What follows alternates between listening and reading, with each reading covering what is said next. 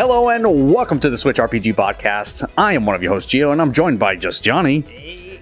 How are you doing? I'm doing good. You're doing good? You feeling good? Everybody? I'm feeling great. Feeling great. I'm looking fabulous. You are definitely looking fabulous. Yeah. Fabuloso. This is our first episode of the new year. Happy New Year. Happy New Year. Happy New Year. It's the future. 2020. The future? Yeah, Cyberpunk, right? Is it 2020? Is set in 2020. Oh, wow. Okay. And it is officially 2020. It is officially 2020. We are also officially very old. Well, speak for yourself. If this is the first time you're listening to the show from Switchrpg.com, where we bring you the latest in the world of RPGs on the Nintendo Switch. This week, we are talking about the upcoming Pokemon Direct, which is actually happening tomorrow as we record this. So today is the 8th. It's I think 12, a little over 12 hours from now. So, I mean, we're going to do a little bit of sort of prediction-y type of stuff, but... This will be a 12-hour podcast, followed by the Nintendo Direct, which we will live stream. Oh, man, it just thinks that they just couldn't abide by our schedule. Yeah. But we have a ton of news to discuss. But first, what are you playing? Are you sure that's first? I see a segment 0. Segment normally, digitally we start counting that 0. Okay, fine. We actually recently had a AMA with Dead Mage Studios on our Discord server. They are the developers for Children of Morta. Went very well. They were really, really good. They had, I think, 4 members of their team of 25. I didn't realize they were that big, to be honest with you. So they have 4 members. They also discussed that they're working on their next game, which is a kind of a Japanese-inspired game, turn-based game. This is in addition to the DLC stuff that they have. In addition to so they have a few guys still working on the Children of Morta stuff. So their team size is 25? 25. Yep. Wow. Yeah, like I said, I didn't think it was that big. And they're based out of, they have a lot of members in Iran. And then they also have members, they're based out of Texas. Yep. So... Good place to start a business. Texas. So yeah, they have a team of 25 and they're working on a game called Tales of Ronin, which is basically a samurai turn-based RPG. Oh, not a Tales of game. Okay. Not a Tales of game. No, not a Tales of game. But that went really well. You can find the transcript on our website at switchrpg.com. And we actually have a couple of other ones that we're trying to get in the works here. I'm not going to... Couple more AMAs. I'm not going to divulge what they are, but look, keep an eye on things. Yep.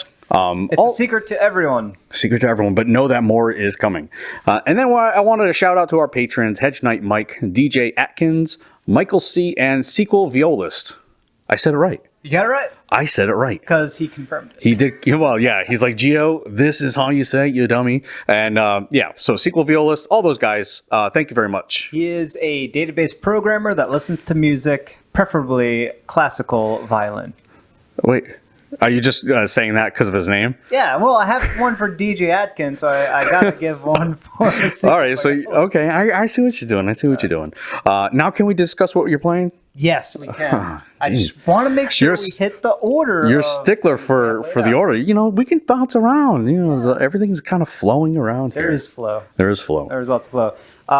So I finished a bunch of games, even more stuff from last time. So I finished Halo Reach. And I can confirm Halo Reach is it's no good. So good. Okay, yes, let's I don't want to get the bleep machine out, but okay. And I took a look back at the critic ratings because after playing, I'm like, yeah, all right, this feels like a very low 8s, high 7s kind of game, like very much phoned in. I mean, I would score it lower than that, but I'm kind of thinking like that's what they had more praise. No. This game it's like 6s, right? 5s and 6s? No, it's averaging like 91 on like Metacritic. Wow. 90 or 91. You are a tough critic. You're really tough to please. I am not tough. You're tough to please. Amazing games. And that's not one of them? No, absolutely not. Like okay. I can think of like a whole collection of first-person shooters that like run circles around Halo Reach. It felt phoned in. You could tell a lot of the level design assets were. It almost felt like they were battle maps, like multiplayer battle maps that were strung together to fit a single-player level. It just felt like that over and over again. I think the campaign's only like 12 missions long. Wow. And they cheat on one or two of the chapters where you're not really playing too much of that chapter because I think it's like a story segment or something like that. But so it's a fairly short game. I think it only took like 7 hours to beat the campaign, or 8 hours. That's it? That's it for Halo Reach, yeah. And the ending was the only cool part about it, where don't spoil it. It's already been spoiled online. But we've only had a little bit. I'm not going to spoil it, but I will say I would not bump up the score because the ending was interesting. That's it. It was just interesting. Gotcha. It wasn't like mind blowing whatsoever. It was interesting. You can look it up online what the ending actually is. It's a cool way to end the game, but the game itself. You're in a team of other Spartans. These are the first Spartans. And you're doing the Reach planet stuff. And people know from like lore from other Halo games that stuff happens in Reach. Very bad stuff happens on Reach. And so like various people of interest will, die off, but it's like done in a way that's like so obvious, so ham-fisted, and so what's the word? Tropey. So tropey. It is just bad, and then the gameplay itself is just bland. They don't even like feed interesting weapons to you. They don't stagger the pacing of that.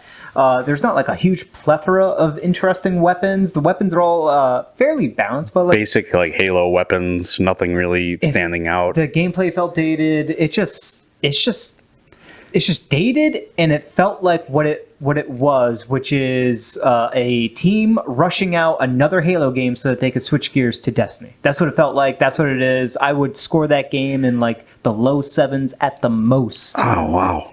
It was bad. Okay. All right. Hey, I'm never going to play it. I'm going to take your word for it. I'm still never going to play it. Bad in terms of my expectations. Okay. All right. So you got other things on this list. This is a big list. On to better news. Do you work at all? You're playing all these games. Well, this was during the holiday that's right. We did. Yeah. There was a lot of time in between. I cranked out a lot of stuff during those holidays. I played and beat Link's Awakening for the Switch. Yeah. A little disappointing, I must say. But great game. Yeah. It is a little disappointing. More so like there was some. It's technically like. Let me look up ratings for that one while you continue. Oh, that one's in like the 86-ish. So whenever on average, we gotta decrease the score. Whenever it's a game and you're gonna review it, it's gonna be a lot less. Well, my score would be not a lot less. I would probably put it in the low 8s.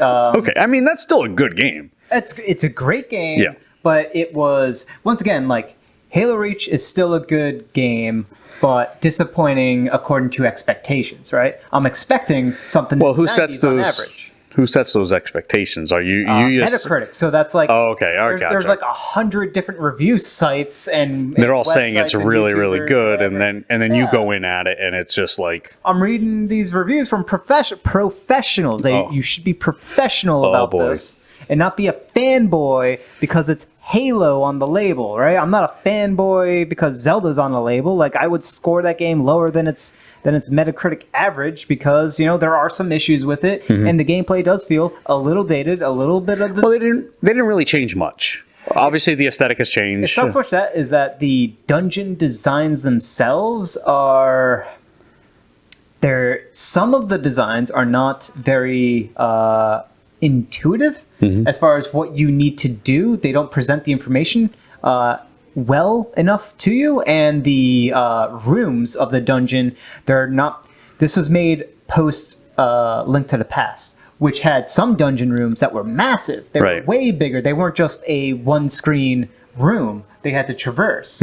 Whereas in this one, there may have been like 1 or 2 rooms that were a little bit bigger than one screen. I can't even remember. I don't even think there was any rooms in the dungeon. I think every time you hit the edge of a wall, you would transition to the next. The dungeon room could be big, but the screen would do that slide mechanic where it kind of loaded in the next part of that room. I'm literally still at the first dungeon, so yeah. So it didn't. it didn't have that big, expansive room design that A Link to the Past had. So it's kind of like an in-between of, Zelda 1 and Link to the Past, like an in-between of those. And some of the puzzles weren't as interesting. They're not as intuitive. They were still like very obtusey. Like you have to push stuff without the game teaching you that you have to push stuff. Look, I already know how to play Zelda games. I know that you have to push everything in every direction. And break everything. Break everything. And I know that's been like in every single Zelda game to some extent. But it was just, it just felt dated in design. Especially when the biggest thing is they leaned way too heavily on the red-blue switch. Yep. That switch, because those switches became like super important as they basically designed a lot of the dungeons, too many, tied their progress to the dungeon. Like it became that red-blue switch became the meta mechanic of the dungeon for gating progress. Right. So you have to be cognizant of the state of the red-blue switch in order to make progress on certain parts of certain dungeons, and that became frustrating because there was a lot more backtracking than necessary. Yeah, and that was the one thing when I was playing that is kind of, and I'm not very far into it at all, but there was a lot of backtracking, and I remember that back on the Game Boy when I initially played it, there was always a lot of backtracking in there, and being kind of a recreation, that stuff maybe could have been simplified, but I think what they were trying to do is they were trying to stay true to what the game was without really modifying it too much. Yeah, and then they have the color dungeon is in there from the DX version, and that is a very small dungeon. It's not very big. Right. It is a little challenging, but that has like some of the hardest puzzles in the game because they're like stupid puzzles. they are the solved by brute force puzzles. Yeah. So. But those are some of the things that people were kind of missing or wanting in Breath of the Wild, were those types of dungeons. I mean, they kind of got that in the shrines, but they wanted kind of the kind of room to room dungeons like that. So it definitely the room to room dungeons has been pretty much like almost all the Zelda games. Right. It's just that the way that they have it in Link's Awakening shows its age, right? And they've sort of it didn't feel as fun as it could have been just from playing pretty much every other Zelda game. Right. The other Game Boy ones, Minish Cap and Oracle of Ages and Seasons. Yep. Right. Way better dungeon design and playthroughs of those as compared to Link's Awakening. Right. So just a little disappointing, but still a great game. The Dante extra dungeon creator thing, it's interesting. Still not very intuitive. No. As to how to put together and design the dungeon. It's not difficult at all. It's just like it takes care of things behind the scenes when it like links up rooms when you're going down the stairs and into the side scrolly parts and going back up the stairs. It sort of like handholds you a little bit, but it's not as intuitive as say a Mario Maker is at all, because the tools aren't there. Right. And they didn't take the time to put in the tools. It's a cool little thing to have in there. It's not bad, but I don't think it was worth the effort to insert that in there. Right. As opposed to like doing other things like improving the frame rate. Yeah, when you get into like a town, right? Yeah. And it has a dynamic resolution scaling, but it scales back to a higher resolution seemingly pretty fast, but you'll see it like, especially when you're going like in and out of the pause menu, to bring up your item menu. It'll do like a rescaling of the resolution. You'll see like a lower loss of quality and then back to a regular standard higher visual quality, and that will happen like over and over again. And then it'll also happen when you're transitioning from one zone to another, and then there's some zones like the swamp zone where the frame rate really tanks. Yeah, when there's a lot of, I think there's a lot of stuff on the screen probably. Well, visually the game does look really good.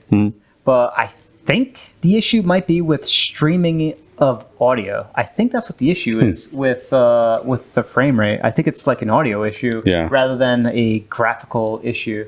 Okay. I'm not saying that the graphics aren't an issue either. That's probably still the case, but it feels like it's the audio.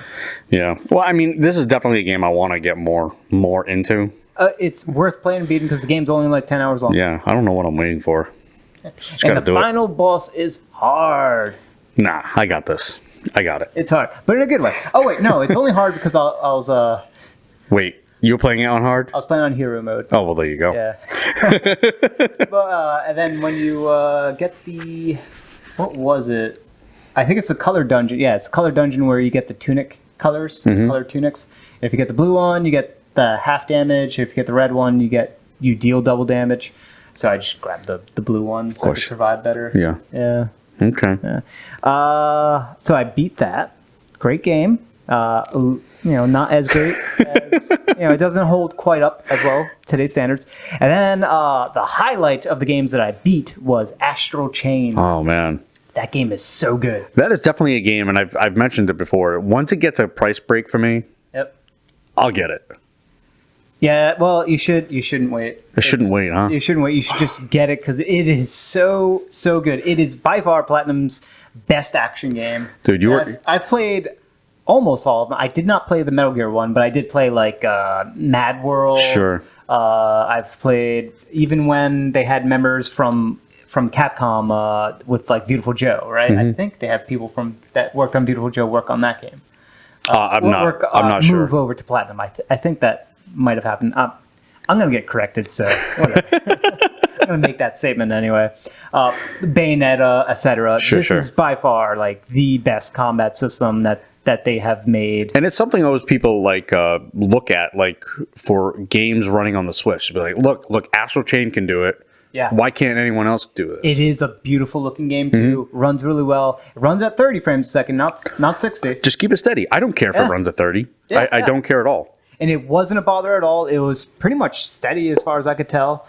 But the game was more than just the combat. That was like the big thing. That was like the thing that was missing from Bayonetta and a lot of their other games like Mad World, is that they were missing something more substantial than just the combat system.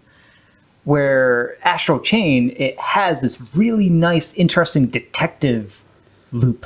Right. Where you are actually doing detective work. There is an actual story. There are characters you're interacting with. You're learning more. You're reading police files and like cases. It doesn't overwhelm you too much. You're sort of like taking care of your little weird astral chainy chimera things, where you're like scrubbing away the corruption that's on them and stuff like that. You could change their colors. You can customize your own character. You're spending my money today. We'll talk about this with another game. Yeah. You're spending my money today, and I don't like it. Astral Chain is so good. It's also like, I think it's like 35 hours to beat that game. That's good. Or 40, and then there's one more chapter after you beat the.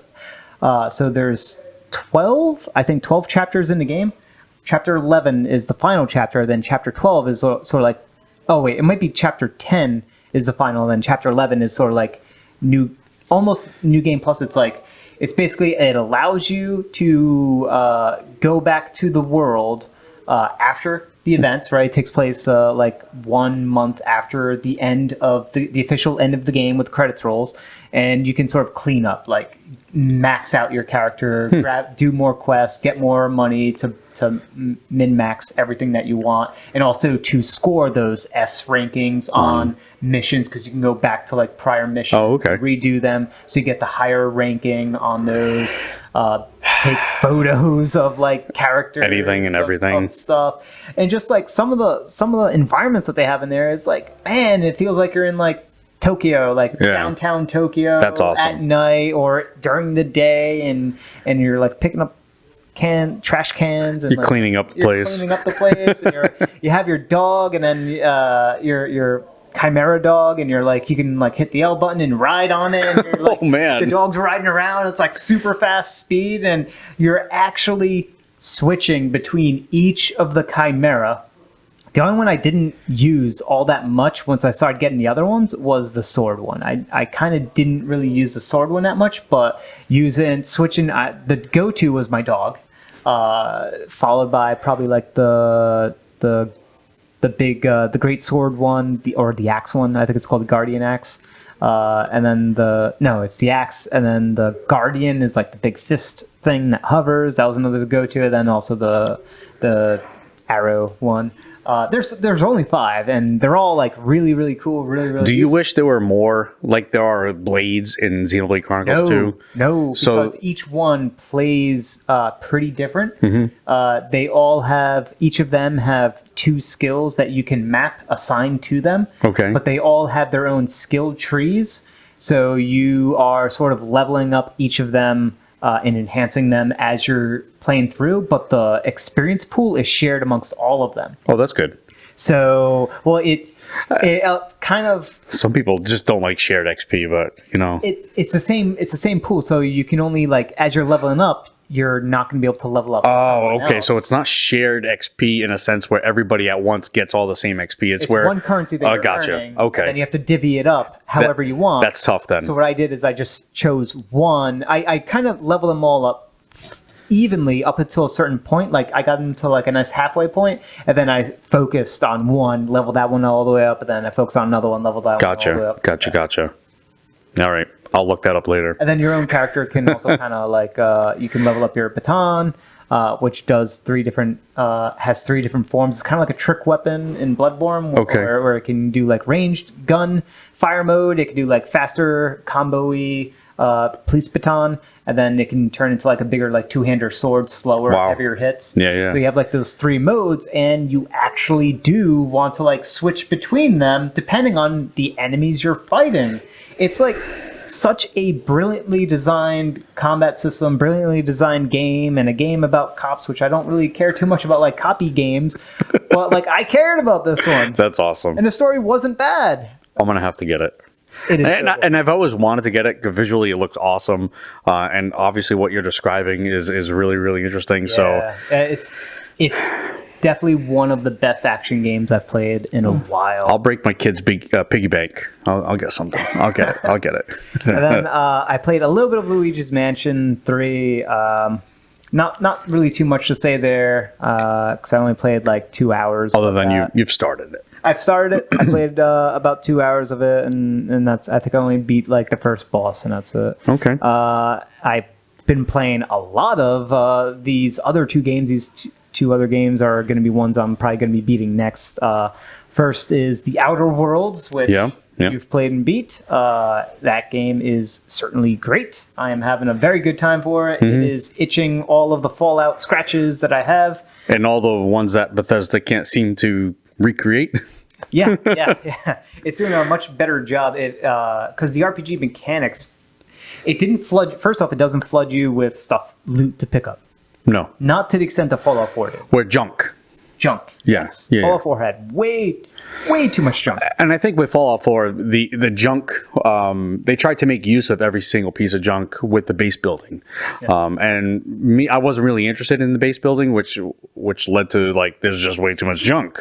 But that's the reason for the junk in Fallout 4. But you're right, in the Outer Worlds, that junk is minimal, very minimal, where everything is kind of useful. Yeah, and they're giving you more instances to use your skills. So like your lockpicking, your hacking, your persuasion, your lying, etc. Like it's giving you more times where those abilities, and showing when those abilities are coming into play. Obviously, like the one-hander weapon subset of skills and the ranged weapon subset of skills, those are kind of always in play when you're in combat, or like sneaking is always in play when you're in combat. But all the other ones, like, you know that these things are coming in, you know that you're getting a benefit because you know, it'll say, like in a dialogue tree, it'll say persuade, and it's highlighted and not faded out, so you know that it's available because you dump points into it. And it allows you to kind of, because I'm playing like very persuade-y heavy, like I'm playing the talkative character. I have not leveled up any of my combat skills whatsoever. Really? That's interesting. Yeah, so I'm going like full blown tech, which by the way, I think it's the engineering skill is like overpowered. Because weapon durability and armor durability is a pretty important thing in this game. And the act of breaking down items, being able to potentially, like 20% chance to, or 40%, I think it's 20% chance to get a weapon mod from it when you break down through the engineering skill is pretty powerful. That I could see that being really powerful. Yeah. But I mean, your character doesn't really, I mean, it obviously has to use weapons at some point, right? Yeah. So you making use of a lot of those mods, does that really come into play in your playthrough? It does. Some mods are definitely more worthwhile than others. The big thing is that the game is not really that hard. No. You will die early on, but then after you die early on, you realize like how you should be playing things, and then eventually when you get like the powerful weapons, and then you have the resources to sort of I forgot what they called it, but you're leveling up your weapon. You can level up early weapons, and you're just basically throwing money to level it up higher and higher. Right. And that makes it deal more damage. And once you get like the good weapons that you want to have with you, that's it. You're done. Yeah, done. there really isn't much as far as weapon quality as the game progresses. Yeah. It's kind of like you get your weapon you want fairly early in the game, I think. Yeah. And that's your weapon. It's pretty much, I got the, it's kind of like the hunting rifle of Fallout. Yeah. I forgot what it's called, but it's the same thing. So that's my long range. And then I have the shotgun, which is just great for it's the tactile shotgun. Okay. So that one's really good. And then the machine gun, basically, for like taking out lots of stuff, but I rarely use that. Like the shotgun is more than enough. Right. And the long range one usually kills stuff in one shot because I'm aiming for like the head or the vital. That's exactly how I play through it. I play through it as like the super sneaky sniper guy. That's how I do it. Without having to level up any of the two-handers. But I didn't do any two-handers. Or range. Yeah, okay. But I did. And I did a lot of the stuff that really helped with sneaking while sneaking. What difficulty do you play on? The normal. Yeah, I started, surprise, on the hardest difficulty. And it is certainly hard, but that wasn't the problem. I had to bump it down to the normal difficulty. Because it just became, it became too much of a bother because they get rid of the ability to save. Like, I can understand not saving during combat. Right. That would be fine, right? If I engage in combat, if there's enemies, disable auto saves, quick saves, etc. That is fine. I'm cool with that. But to disable it when you're out in the world exploring, and you can be like exploring for like 20 minutes, and then all of a sudden you stumble onto some enemies, and then you die, and it's like, oh crap, you just lost 20 minutes of gameplay. It was just because of that. I think that hardcore mechanic doesn't really fit the bill. Yeah. The problem is they have other cool mechanics I wanted to have enabled. And that hardest difficulty is the only mode that unlocks, that has those abilities enabled. Gotcha. So, for example, like requiring sleep, requiring drinking, to stay hydrated, requiring food to That's too much stay for nourished. me. Like those things are really, really cool. And also like permadeath on your companions. Like I want those things enabled. And I do want enemies to be harder. Like I do want them to be slightly more spongy and deal more damage so I can, pay more attention and make sure I'm like maximizing my injection of the heal stuff. So I can, play around with those med slots that open up eventually.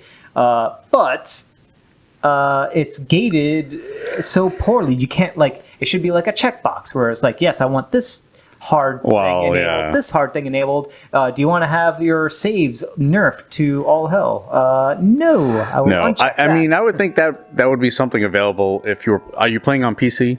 No, I'm playing PS4. Yeah, so I mean, if that is available on PC, so maybe there's a mod that will allow for something like that. I'm sure it's out there. Yeah. Someone out there is a glutton for punishment like you are. So that is a disappointment, because that is how I played Fallout New Vegas, was with the hardcore mode, where it was very much more of a survival simulation type thing. It's too much work. I enjoyed it. It's too much work. And I'll get into that with one of the games I'm playing. It's just way too much work. Can't do it. But I'm still enjoying the Outer Worlds. I like how they build their worlds and how they have their characters, and the dialogue interaction is pretty interesting. Some of the things are a little bit heavy-handed on... some of it's good satire. Some of it is there's like a little bit of a bias that leans in certain directions, like real world biases that are like in there. But that's fine. It's okay. Like, I think it's comical. I know they're wrong, but but it is a little comical, and I can look past it. So those things are fine. Okay. But it's definitely a great game. And then the last game I've been playing... This is the game I'm interested in, because this is the other game that you're spending my money on. Yeah. This is... I'm going to have to break things out of the boxes now. This game came out on DS, I think on its like last legs, and got ignored. But it was... You could clearly tell when you play this game, the developers put lots of time into it, and so much so that it kind of got overlooked on the DS. So they kind of made a better version of it, an enhanced version, and put it on 3DS, which was only like 2 years ago, on the last legs of the 3DS. and you know it's quality, because they have like they all the main characters are all fully voice acted. Wow. Even with like meaningless NPCs. It is a little weird because the NPCs don't have any voice acting, the meaningless ones, but your character, whenever they interact with them, fully voice acted. They're voiced. Yeah. And the voice actors themselves, really good. Some of the voice actors are the same voice actors that are in Fire Emblem. So I'm hearing like... Oh, really? I'm hearing like Caspar and... You can actually hear that. Yeah. That's crazy. I can easily tell. I'm like, that is Caspar and that is Ash. I'm like, I know those two people. Did you confirm it? Or you just kind of... I didn't confirm. I could tell. Yeah. I handed it over to my girlfriend, and she also listened in on it. And she's like, oh yeah. That's awesome. That is Caspar. So this game is Radiant Historia, and then the 3DS version is Radiant Historia Perfect Chronology. This game is amazing. It is doing things so different. If I had to summarize it, it's kind of like you take Chrono Trigger and Mass Effect and smash it together, and that is Radiant Historia. Now, we kind of discussed this before recording. Now, when you told me Mass Effect, the first thing I thought of was the action, the combat system. I didn't mean it that way. Yeah. The way I meant was important decision making that changes the story. Right. That's the way I meant. Where, yes, that happens to a slighter degree in Chrono Trigger, but in this game, it's the mechanic. That is a fundamental gameplay mechanic. The dialogue and the meanings. And you came up with a really cool thing after I showed this to you. You basically said it was like Metroid, almost like a Metroidvania style gameplay, but tied to the time. Yeah, in a different way. Story. Yeah, because what you were showing me is if you have or can look up gameplay of this. There's the bottom screen shows is it mission progress or story progress? So with the branching, that's a menu that pulls up on the main screen. Okay. I'm not sure what the bottom one shows, but on the main one, so what you'll see is you'll pull up. So you'll, instead of having like an in-game map of the world, which it does have, it also has readily available because it's very important. Like you'll have like your character status, you could change your party order, you can look at your inventory, etc. And one of them is the they call it the White Chronicle, but I think the button is like story or whatever, and it shows you a timeline. That's what I was talking about. Storyline that you are currently playing through. And it adds new nodes onto this timeline as you are progressing into the story. But the timeline, very early on, at like node 3, It's already splitting. It branches. Right. And now the storyline takes place on multiple timelines that are happening in parallel with one another. And things that you do in one timeline will affect things that happen on the other timeline. And there's also like abilities that you can learn on one timeline that you can then bring back to the other timeline to allow continuing progress. And that's where I was saying the Metroidvania type of block, you know, where you get a skill or whatever and you bring it somewhere else. But we're talking time now. Yeah. This is like quantum like leap over here. We're going. It is time traveling. It is a bit mind blowing, and not only does it have that, but you are progressing forward, but then you'll also go back in time, Like way back, like way beginning. back, Yep. and then you'll jump way forward. You'll like jump around because there are nodes that indicate like key events in the key story beats. Then there are nodes that indicate times where you made important decisions. Yep. That cause the timeline to branch, and then there are nodes that you can return back to because all their important stuff are tied to that specific point in time. So you're constantly like bouncing around the timeline, trying to sort of fix this big bad this inevitable cataclysm that's going to happen to the world itself. And you're trying to figure out how to solve that through guidance of these weird time children. Time children. I don't know how to talk them. As if that wasn't enough, there is you can flip sort of the White Chronicle on the reverse end, and it goes into multiverses of the same world. This is way too much. Yeah. It's a lot. But the multiverse thing isn't as well laid out or anything like. It's like a side thing. Sure. Okay. It almost feels like it's added on content for this enhanced edition. Right. I think that's what it is. I don't know for certain. It could be. I don't know how closely tied it is to the main story. Okay. All right. Well, another really unique thing about it is the spatial combat, like you were talking about, where you can move people. It's turn based. That can also be altered. The turn. Yeah, you turns can be altered. Your turns on the fly, so you can force enemies. So even though it's like your character's turn, you can instead say, "Nope, I'm going to delay my character's turn and swap it with an enemy or with one of your allies." So you can have. Instead of having your fighter go first and then your mage, you can swap it so that your mage goes first and then your fighter. Or you can have, instead of having it be your fighter, an enemy, then two of your allies, and then more enemies, you can swap your fighter with the enemy so that it becomes enemy and then your 3 party members and then the enemies. Right. And then you bring in a different aspect. I think it's like a puzzle game mechanic where on the battlefield, again, it's spatial. So you have where I saw it was 3 in the front, 3 in the 3 in the front. Was it a grid of 9? It's a 3x3 grid. Yeah. 3x3 grid. Enemies and your allies were not in a grid though. You're not on the grid, but the enemies are. The enemies are, and then basically what you want to try and do is group all the enemies together onto the same node, onto the same grid spot. And you could do this with your attacks. So your attacks can either push, pull, move to the side. Well, they are special skills that you're using. Okay, but basically the enemies, you can move the enemies around on the map to create giant combos. Yeah. To create a spectacular explosion or whatever. You can group them together to stack status effects on them. You could, for example, there's a spell that places a trap onto a spot on the battlefield, and that spot has to be empty.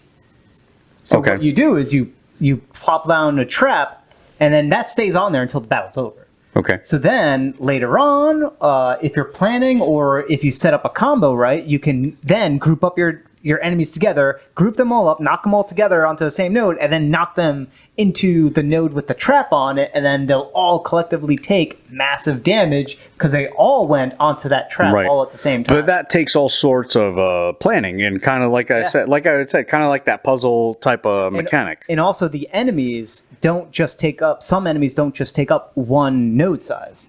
Some of them will take up 2 vertically, 2 horizontally. Some of them will take up 2 by 2. And if you knock these larger enemies, if you knock them and slide them over, they will drag everything that that fits within their size over. So instead of dragging over one row of enemies, you can drag over the next 2 rows of enemies into each other. So you love it when you're encountering those bigger enemies. Right, because you can use them to group enemies together more easily. That's insane. The game is awesome. Yeah. If I started playing this before we put together the top 20 list of the decade, this probably would have been on the top 20 list of the decade. It's shaping up to be something special. Yeah. And who knows, maybe there's something like that will come to the Switch. I hope they bring this. I would buy this game again if they put it on Switch. This is awesome. I would just instantly buy it again. Like I said, you're spending my money. Astral Chain, I still want that price break, but this one I'm already on eBay or Amazon. I'm already looking for the best deal to get this game. I'm not getting the collector's edition. It's a little price high, but this is a hidden JRPG gem if there ever was one. Like just this whole time. Well, mostly because it came out so late in the 3DS's kind of life cycle there. This time mechanic thing, and the battle system's great, and they add more stuff to the battle system to make it even more interesting. And they're still adding new stuff to it. But that time mechanic is really something to experience. It is very different, very wild, very awesome. Excellent. Yeah. Good stuff, man. Good stuff. Right. That was all the stuff I've been playing. That was a lot. Oh, How about you? Well, with me, you can always count on me. It is not as much as you, that's for certain. Still Divinity Original Sin 2. Oh, what a surprise. What a surprise. And you know what? I am still getting surprised in that game. This is like the 3rd or 4th time I'm playing through it, and I'm kind of forcing myself to play it differently, which is what I like about this game. I can play it different ways every single time. I'm doing quests I hadn't done before, so it feels like a different game to me anyways. Still doing Star Ocean, First Departure. I'm about 15 hours-ish. I think I'm getting closer to the end on that one. Has it gotten any better? It's about the same. Did you try... Okay. Did you try turning on the Japanese... No, I still have to... you're right. I still have to do that. You gotta just... Can you remind me? And I'll do it right away and be like, wow, it's still annoying, and shut it off. It may be better. It may be better. But yeah, I was still playing Star Ocean. This is an odd one. And then I'm going to go The Witcher 3. Really? The Witcher 3... what brought you back onto that? The Netflix series reinvigorated me. Okay. I've watched the Netflix series twice already. I'm already a big Witcher fan to begin with, and this the Witcher Netflix series it's not straight from the books. There are some changes there, good changes, I think, but this kind of reinvigorated it. I'm like, oh, I really want to. I was gonna get my Xbox version and play, but I figured, why not try this now? It is rough around the edges in some places. So you fired up on Switch? It's on the Switch. So you're playing the Switch version? I'm playing the Switch version of Witcher 3. Ah, okay. Handheld, I will say, it is a night and day difference between handheld and dock mode. In a good way or a bad way? In a good way. It plays so much better and looks better in handheld. Okay. When you have it in dock mode, things get all stretched out. It's trying to force. It's definitely not a 1080. Well, how big is your TV? 60 inches. Oh, all right. So you have a big TV. I guess I have a big TV, but it just doesn't look as good. On the smallest screen. Well, yeah, that's what happens, right? If right. the resolution's low, the resolution. you're stretching it on a physically big space. You're stretching out those pixels. It's going to look blurrier. It doesn't look good. Yeah. I mean, there are other games that looks fine, but it definitely looks better playing it in handheld. I am doing a very short Let's Play on this, maybe about 10 episodes. This game is just way too massive to just do a full-on Are you actually going to go through the entire game on Switch? I don't know. I've already played that game. How far did you get? Did you get to the main map? The main map, yeah. Okay. Yeah. So you did the hunting down of the Griffin. Of the Griffin. Yeah. Oh, it's bringing back so many good memories. I absolutely adore this game. Did you do the? Because one of the first ones I remember doing was the little village that got attacked, and now there's like a ghosty thing, sort of possessing and haunting the village, and you have to go and kill. I don't want to. I think it's a wraith. Something like that. Yeah. But yeah, man, I just absolutely adore this game. if you watch the Netflix series and you're kind of, wondering if you want to get into it, I would say get into it. Now, there are differences between the series, mostly being with the Yennefer and Ciri, as well as Triss. They just look different. Not really in a good way, I think, because they're all very different. They can't get the person that is. They can't get a person that's based on the physical model. No. I understand that. But the acting in the series is tremendous, and The Witcher 3. I mean, I really can't say too much more about it. It's just a great game. Everybody knows that. It did take forever to download because I got the digital version. Oh. Holy cow. It took a long time. It's a big game. It's a very big game. When I am done playing with it, it's got to come off because it's just way too much space. I have a question. So the blurriness, are we talking like worse than Xenoblade Chronicles 2? Yeah. Wow. I think so. With Xenoblade Chronicles 2, that was more. I mean, there was some blurriness there, but it also had some frame rate issues in Xenoblade Chronicles 2. This is just blurry, not blurry, but just looks muddy. It just doesn't look good. It doesn't look crisp. Yep. It's not necessarily blurry like Xenoblade Chronicles 2 was. It just doesn't look good. It almost looks like PS3 or 2 era. And I'm guessing it's probably happening way more often because it didn't happen too often on Xenoblade, but it did in certain areas, or especially in battles when you're stacking on a lot of those effects and stuff like that. It can definitely bog down a bit. But it sounds like it's potentially more consistently blurry. Yeah. And I can instantly tell a difference when I start playing it in handheld. It's really fine. There really aren't any issues at all. There's not a lot of pop-in. When I put them in dock mode, there's pop-in everywhere. So I think the way to play it is in handheld if you're going to play it. And that's the way they demoed it, too. When they demoed it on E3 on the floor, it was all handheld. Yeah, I think when you're a lot of developers, when they port something over to the Switch or are developing for the Switch, they will use the handheld version as the baseline because it is the minimum spec. And then they sort of scale up from there. So a lot of the fine-tuning and performance tweaking is based on that minimum. Same thing with like modern gen consoles. They're still developing for the Xbox, the original Xbox One, which is not very powerful. It's like barely more powerful than the Switch. That's a fact. Right. It's like not that much stronger than the Switch, and they're still developing for that as a minimum spec. Obviously, it doesn't run as well, but that is their minimum because they still need it to run. People are still using that. But on to the next game, and this is where I was getting. Hey, you were talking about survival mode and how much work is involved in that. You got to eat, you got to drink, you got to pee, you got to poo, all that stuff. With Gravekeeper, it's Stardew Valley, basically. I'll just simplify it. Stardew Valley, but you're a Gravekeeper. Yep. There's a lot of tasks. Yeah. I always find myself getting these games and then hating them. I don't know why I do it. Why do I do it? Do I need to go to like So you hate this game? I don't like this game. It's too much work. I agree with you. It's the same thing with like, like I said, Stardew Valley. I have it. It's way too much work. I disagree with you on that one. Well, look, there's a lot of work on Stardew Valley, right? But it's fun because it feels very attainable. Gravekeeper struggles in sort of showing you how to get from point A to point B to point C.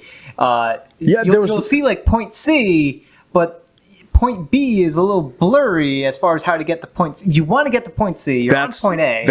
B is like, where do I find B? You have to like figure it out. Looking at the tech tree, and tech tree is not very intuitive. That was my struggle with it because I didn't know. I'm like, okay, I got my first body. It explained what I need to do with it. Where do I go from here? It's very obtuse in that way where you just don't know what to do, and then like you have your time of day, and then you have the symbols that are around the time of day that kind of signify the day itself or what day it is, and that itself determines what NPC is available. Because I guess each day is a day where a certain NPC is available. I had to look. It's I a had to certain, look that like, up. event that happens, like a new body will arrive on one particular day, And not always. or the pickup for like if you have like meat delivery or whatever, that happens on another day. Right. Certain like merchants will visit the town on A certain day. days. Yeah. Right. But that's not explained to you at all. Oh, I could have sworn it was. You must have missed it then. You probably barely played. Yeah, maybe that's what it is. But it was on sale. I figured, hey, let me just try something new. But I do that with all the time. I don't even what would you call that? Like a sim RPG? I don't even life sim RPG. Maybe a graveyard keeper sim. So yeah, life sim RPG, like with Stardew Valley, like with Animal Crossing is like that. Yep. Not for me. I just got to tell myself I quit on those games. Well, so quit. Animal Crossing is very much more of a laid-back experience. So is Stardew Valley. That's very laid. No, Stardew Valley, you're a bit pressured because time progresses, whereas in Animal Crossing, There's too much pressure. Time technically does progress because it's tied to real-world time. But for the most part, it doesn't really progress in Animal Crossing. No. It's kind of, you can take your time doing stuff, and at some point you're going to run out of activities that you can do. Now I'm basing this on, the first Animal Crossing. I have yet to play any of the Animal Crossings up until this point. I will be making my return to Animal Crossing New Horizon. I think that's the New Horizons. New Horizons. I'm definitely going to be, both me and my girlfriend, we're looking forward to, she keeps asking me about it. Like, when's it coming out? Is there any new information? Is there any Soon, when it's done, soon. Yeah, no, I just got to tell myself to not buy them at all. It's just I can't do it. I can't do it. Not for me. Yeah, no, I can agree. I try. I really do try. It depends on the game. Like I played a lot of Stardew Valley, really great. And I was actually going to beat it, but I got distracted with something. I feel like there's never an end to those games. There is. Yeah, I don't know. I got to stop. I did the same thing with my time at Portia. I mean, that game was just a buggy mess, but I tried, and I'm like, all right, I just got to stop. I just got to stop. There are certain sort of like quality differences between these, and I think like Stardew Valley is definitely excellent quality. Hopefully Animal Crossing is probably going to be the top notch. Yeah, I would assume so with Nintendo being behind it and all. Gravekeeper is pretty good quality, but there's like some unintuitive aspects to it that holds it back. So maybe that was just a bad choice for me. I don't know. Maybe I hope you didn't buy it because I don't think I said you didn't. No. You didn't say that at all. Okay. It was on sale, and I'm like, I want to try something different, and I'm done. I'm just done with them games. You're just done. Done forever. Forever. I will say Radiant Historia. Yeah, you're spending my money on that one. I've already talked myself into that, so it's already happening. I mentioned Chrono Trigger and Mass Effect. Like, if you aren't sold.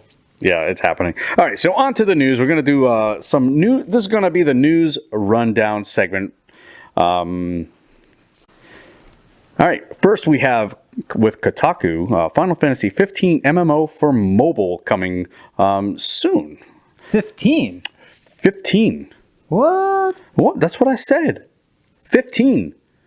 So there's... Wait. Is this the... didn't they make Final Fantasy 15 a mobile version of it, which was like looked like chibi graphics? They did, but this is not what it is. Yeah, I see the little poster they have. Yeah, the chibi one is out on the Switch, actually. It is, that's right. Yeah. I thought that was called.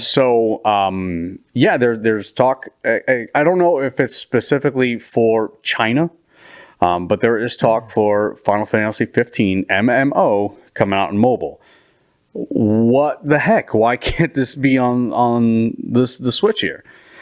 So it takes place after Noctis begins his journey. Yep.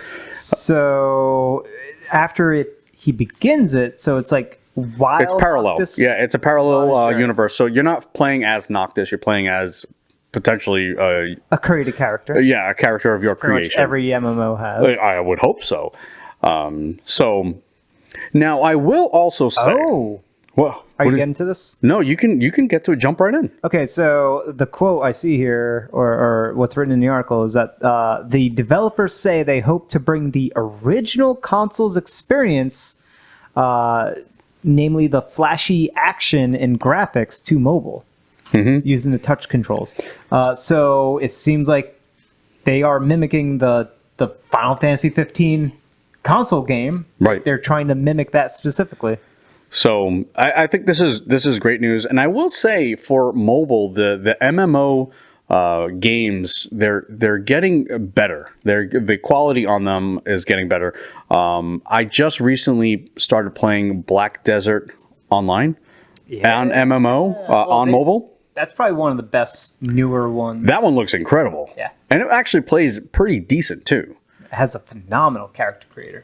Like an insane character creator. So, Final Fantasy 15 coming to mobile. I think it's only coming to mobile in China. I think. Unreal Engine 4, published by Shanghai Oriental Pearl Group. That sounds pretty Chinese. Yeah. Says right over here, Square Enix is teaming up with South Korean developer JSC Games and Chinese game maker Gaia Mobile to develop MMO for mobile. It doesn't say, so you know what? This could potentially come to Switch. I don't see why it couldn't go to any and all consoles. If it's going to a mobile, right. It can certainly work on Switch. Right, we've seen that happen many times. And negatively many times. It's happened though. Yeah, a lot of shovelware. You're not kidding. So next on the agenda here, Fantasy Flight Interactive to close company-wide there. So if you're not familiar, Fantasy Flight, they do tabletop games, but they also had their own division for interactive games, so video games, which is already closing its doors. So I think they had one game set to release, which is definitely coming up because it was kind of created by a different developer. And then they... So if you're not familiar with Fantasy Flight game, they did Star Wars. They do Star Wars tabletop games as well as Lord of the Rings tabletop games. They also have they have others. I actually played one of theirs. I have played the Star Wars Imperial Assault. I played a Dungeons and Dragons-esque game. Okay. It's if I have my Steam account on the system, I could mention what it is, but You're talking a video game? Yeah, it was a video game. I played it on PC. It was very much like it's sort of like a design template that they then changed the aesthetic and some of the. Was it a card game? Game mechanics? No, it wasn't a card game. It's almost like a choose your own adventure style game. It's really when you're moving your character, you're sort of sweeping. When you go into, like, for example, a city, you're sort of sweeping through a set of nodes that will branch in different locations, almost like a board game. Right. Where they are moving through different nodes and different events, potentially random, will happen. Combat may happen, and then combat's from what I remember being like turn-based. So you have some like some traditional-esque turn-based RPG combat stuff, and then you're progressing through these nodes, and when you make it to the backside of whatever town you're in, you now are at the end of that node, and then you go back to the world map, which is a bigger set of nodes. And you're sort of... And you can revisit the same place again. So you're kind of like going through and traveling. Is it more of a point and click type of game? It's not point and click in the sense that you can point and click to go everywhere. Okay. It's point and click to get to the next node. So it's linear point and click. Yeah. It reminds me of a game, a couple of games, Shadowgate and Deja Vu, that I used to play. Shadowgate, they re-released a Shadowgate, but it reminds me a little bit of that. But yeah, they're closing their doors on the interactive part, but their tabletop games, which they have quite an expansive library on that, is really good. And their video game adaptations, they definitely felt like they played like a tabletop game. It was dice heavy, so combat had like dice that rolled onto the screen that you'd see in front of you, and it would show like the effects of combat based on what the dice numbers results were. And it wasn't numbers; it was like symbols, like shields and swords, and other stuff right. like that. It was actually kind of cool. I enjoyed it. It's very simplistic, but it felt like you were going through a D&D like experience, solo experience. Yeah, so I think they were on the right track, but I guess ultimately sales were probably not there. So yeah, it's not as freeing point and click type of adventure. Yeah, it's dated, game. Very dated. It's a bit of a dated design. Some games can pull it off really well. That's unfortunate. Yeah. Moving on again, Platinum Games goes into business with Tencent. Yep. So what's happening here is Tencent is putting some monies into Platinum Games to help them with publishing on their own.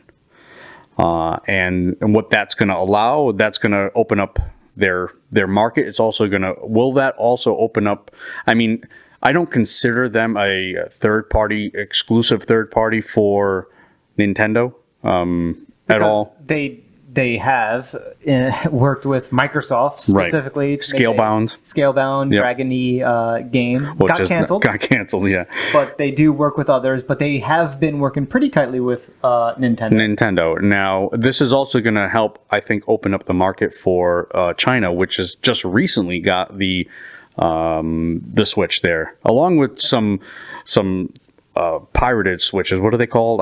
Smitch or something really. I mean, that's just China. China's always gonna. Yeah. They're always gonna do that. They're always gonna have the knockoffs because their laws are not. Yeah, their copyright laws are very good, non-existent, pretty much. So yeah, this is going to help publishing in China, which is a really, really big market. And I think people have the stigma with Tencent, and they don't want that stigma to be associated with Platinum Games. Because Platinum has been knocking it out of the park. Well, once. What do you mean once? Well, what other Astral Chain, right? But what else? What else? Bayonetta 1, Bayonetta 2. I guess they're not my favorites. No, right. But they are really good. Mm-hmm. Some people really appreciate. I mean, if I were younger, I would probably really appreciate the Wonderful 101 a bit more. I don't think it's a great game, but it's certainly a good game. Mad World, I appreciate it. I don't think it's a great game, but it is good. Right? Okay. And they've had other games. The Metal Gear Revengeance. That was a good game? Good. I don't think it's great, but certainly good. Okay. But the stigma with... what's that sliding one? The one that you slide, you're shooting a whole lot, third person.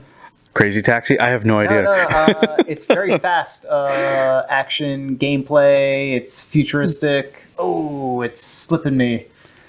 I will remember this at some point. But didn't they also work on Nier Automata? Platinum?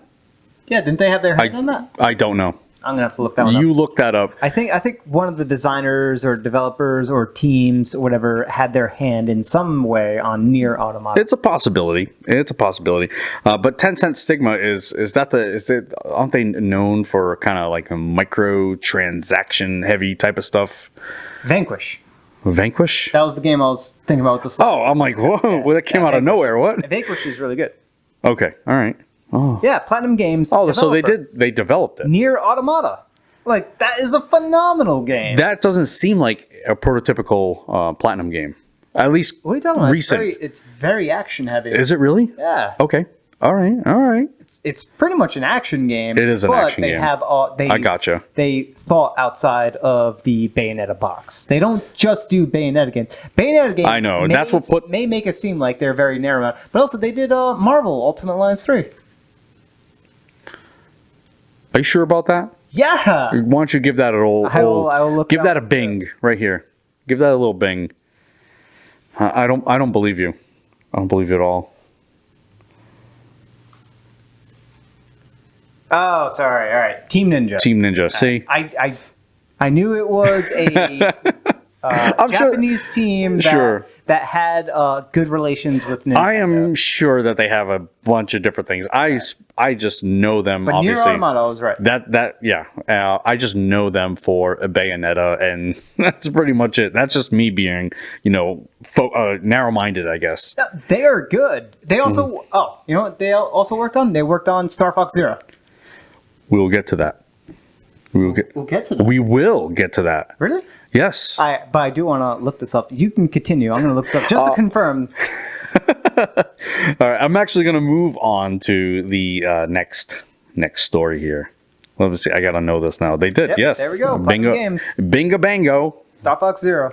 All right. See, they worked on some stuff. That's not a good example of it. No, that's a terrible example. All right. So Wargroove is getting more free DLC with Double Trouble. You went to Wargroove? Yeah. I almost beat the game. Okay, well, yeah, they're getting new troop types. Is that what that is? I want to be surprised. I don't know too much about it. Oh, so you don't want me to go? No, we can go over. No, I mean, if you want to be surprised, I kind of need to be surprised in order to get back into the game. All right. Well, here are the key features. Brand new co-op campaign. Can be played couch co-op or online co-op or even solo. That's a pointless mode. All right, 3 new roguish commanders. I don't know. All right, so the commanders are... What is a roguish? Like a kind of rogue? I'm guessing they are neutral. A neutral faction. Okay. So commanders that you can use on any faction. Okay. The factions don't matter. The commanders are what matter because all the factions have the same. They just have like reskins of the same unit type. Gotcha. Right. Okay. The commanders themselves have unique abilities that make them all play differently. So the commanders are way more important than the factions themselves. Okay. All right. And then we have 2 new units. We have Thieves and Riflemen. All right, those are new. New arcade missions. Now, is that like scenarios? I'm guessing maybe. I mean, I don't see how that plays different than anything else. Yeah. Arcade missions are like throwaway stuff. Okay, competitive. They are kind of like scenario. All right. And then we have competitive online quick play maps. So it's just new maps. They already have online quick play. Oh, they do. Okay. I actually played some online quick play stuff against other people and wrecked them. Wreck them because you're just the best. I'm good. Public and private multiplayer lobbies now. They are going really all out with this. They definitely needed that because matchmaking wasn't very good, especially when you wanted to do fine public and private stuff. Yeah, so okay. I read that more as improvements to it. It's very vaguely worded because they already did have matchmaking. So okay, so maybe they're refining their stuff. New volcano map theme and more updates to the custom editor tools. The custom editor is really cool that they included it. You can kind of make your own campaign, like story segments. You can like choose animations. Oh, really? But it's just way too much work. You'd have to literally be the developer of the game. I'm already out on director. I'm already out in Stardew Valley. That already seems like way too much work. I'm not getting paid to develop a game here. It's cool that they have it in there, but it's not worthwhile. Like a map maker, a battle map maker. That's useful. Can you say that again? A battle map maker. That's fine. That's cool to include, but to include like a campaign story scenario, that's a lot. Animation timing type of tool set. That's almost incorporating like an RPG maker. I mean, you have that as a game already, so this is kind of doing the same type of thing. It's too much, but it's kind of like a freebie because they're expanding their existing tools, and we're kind of getting this because they already included it as a Right. freebie. So we're just getting the same tools that they use to make the game. That's okay. And that's all right. Outlaw music tracks composed by Phonetic Hero. Cool. And more. Cool. The music wasn't like spectacular, But you know the what? music wasn't bad. This is all free, so I mean, Yeah. you can't. You will complain, but you shouldn't really complain. No. Look, it's cool. The big thing is the new units and the new commanders. That will definitely change things up. All the other stuff is like kind of like unnecessary icing on the cake. It's thrown in, kind of thrown in stuff. It's that.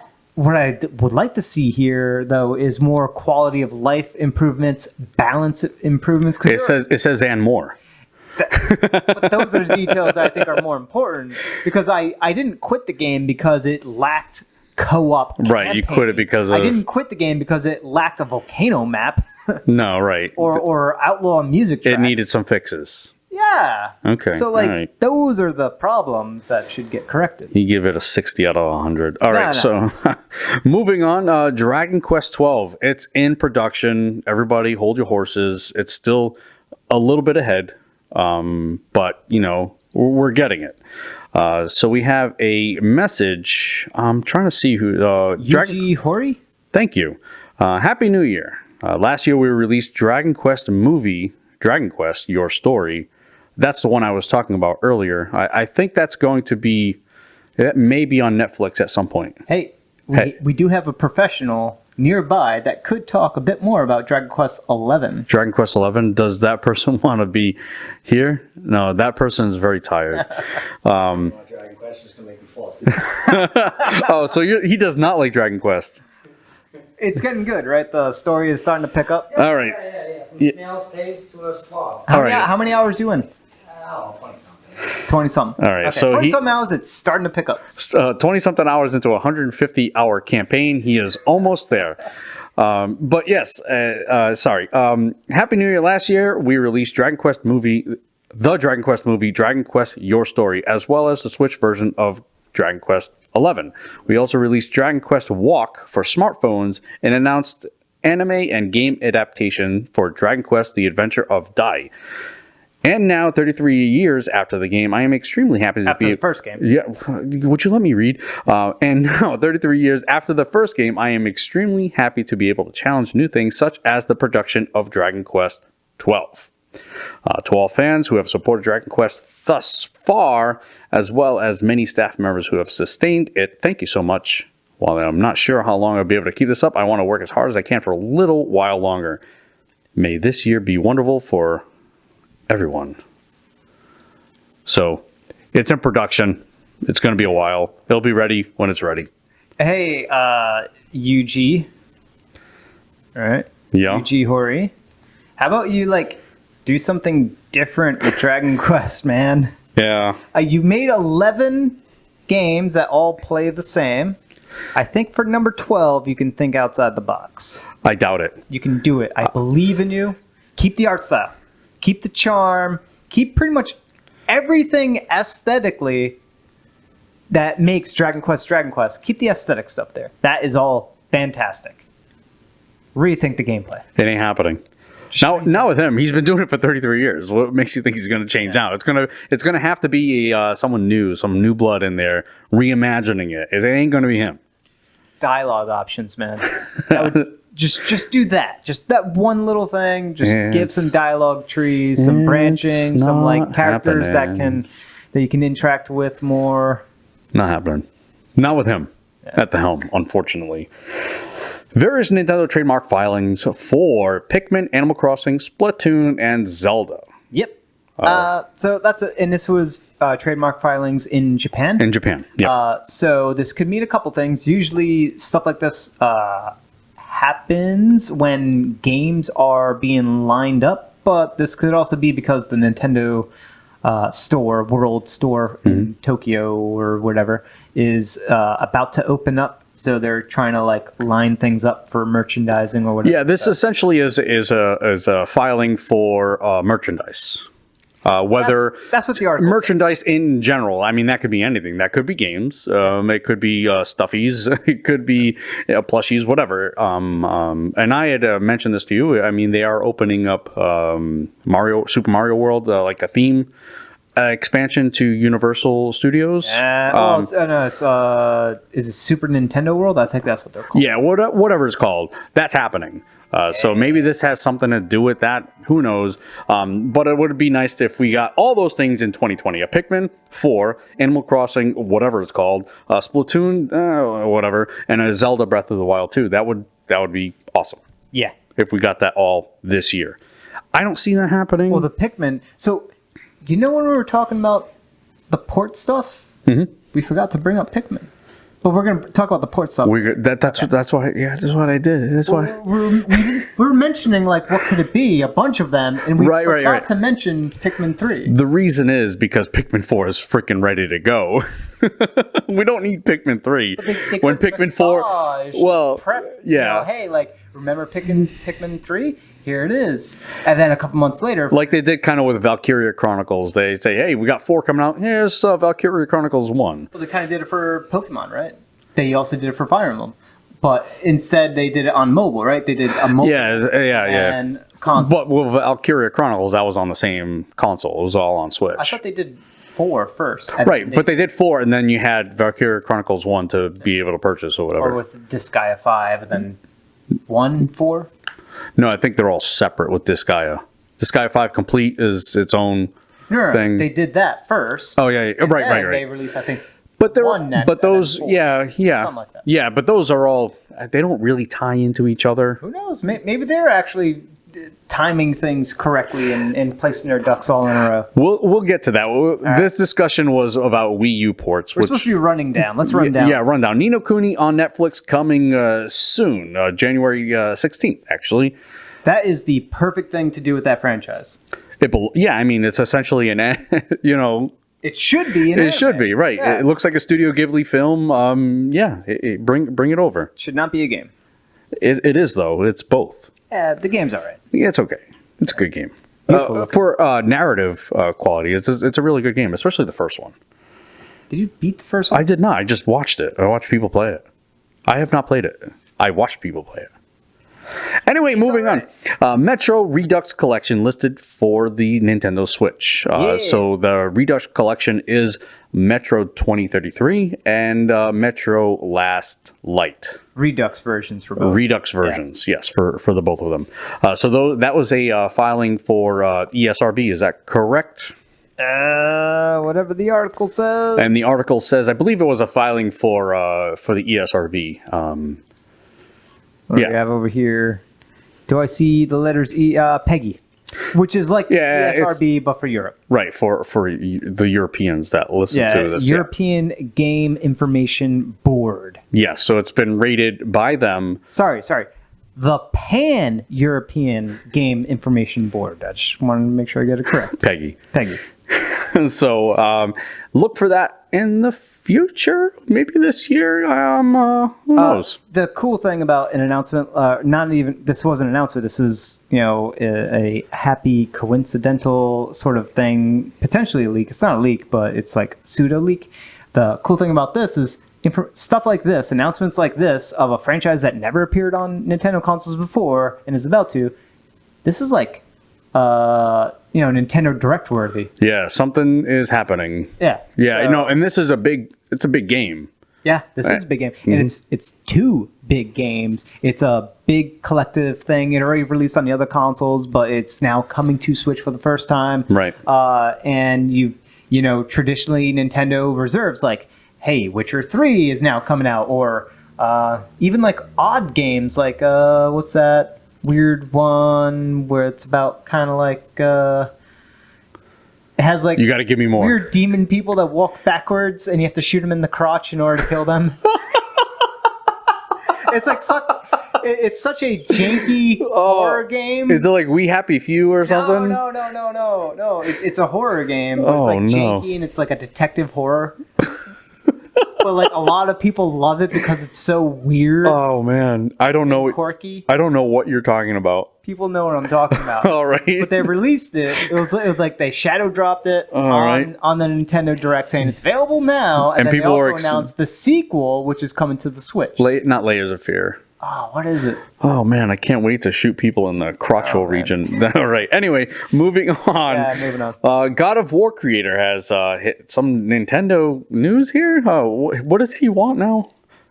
Okay, I'll go for this. Yeah, Considering you got like fluff in your mouth. Yeah.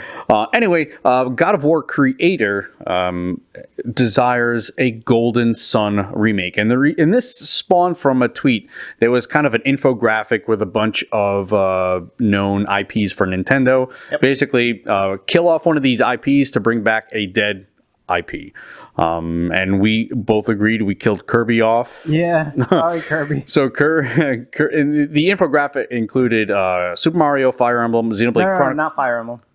No, I'm sorry. Super Mario, Flyer Emblem, Xenoblade Chronicles, Zelda, Kirby, Splatoon, Super Smash Brothers, and Pokemon. Yep. So you kill one of those and you bring back a dead one. And Cory Balrog, creator of God of War, said, "Dear Nintendo, my body is ready for a modern Golden Sun game built on the still smoldering ashes of literally every one of these franchises." So he is willing to kill them all to bring back Golden Sun. I think he's a little wrong there, but that's Quite okay. the comment. Yeah, quite the comment. So, I mean, coming from someone like this, I don't think he has any pull, but yeah, Golden Sun, you had a little bit to say about Golden Sun. Yeah, Golden Sun. I didn't play the third iteration, but I did. I played and beat the first two, and the second one started to get a little samey to the first one, and the third one it didn't score as highly, which is why I didn't pick it up. But the Golden Sun franchise, and certainly the first two games, very interesting stuff. The gameplay was pretty cool, especially the first one. It was doing some ability manipulation stuff that would happen, and you're unlocking new abilities, and you're acquiring the elemental spirit things. I forgot what they were called, but you sort of acquire them, and as you gain more, you gain access to more abilities, and they tie into the combat system as well. It was just like it was very much a JRPG on the Game Boy Advance, I believe they first came out on. Two of them, and then DS on the third iteration, I believe. And they were just really cool because they're traditional JRPG stuff done at a good quality level with a good, interesting story, interesting characters. I mean, the characters, they weren't like, I don't want to oversell Golden Sun whatsoever, but it was pretty cool, and they gated some of the level progression, the world progression, based on the abilities that you had access to.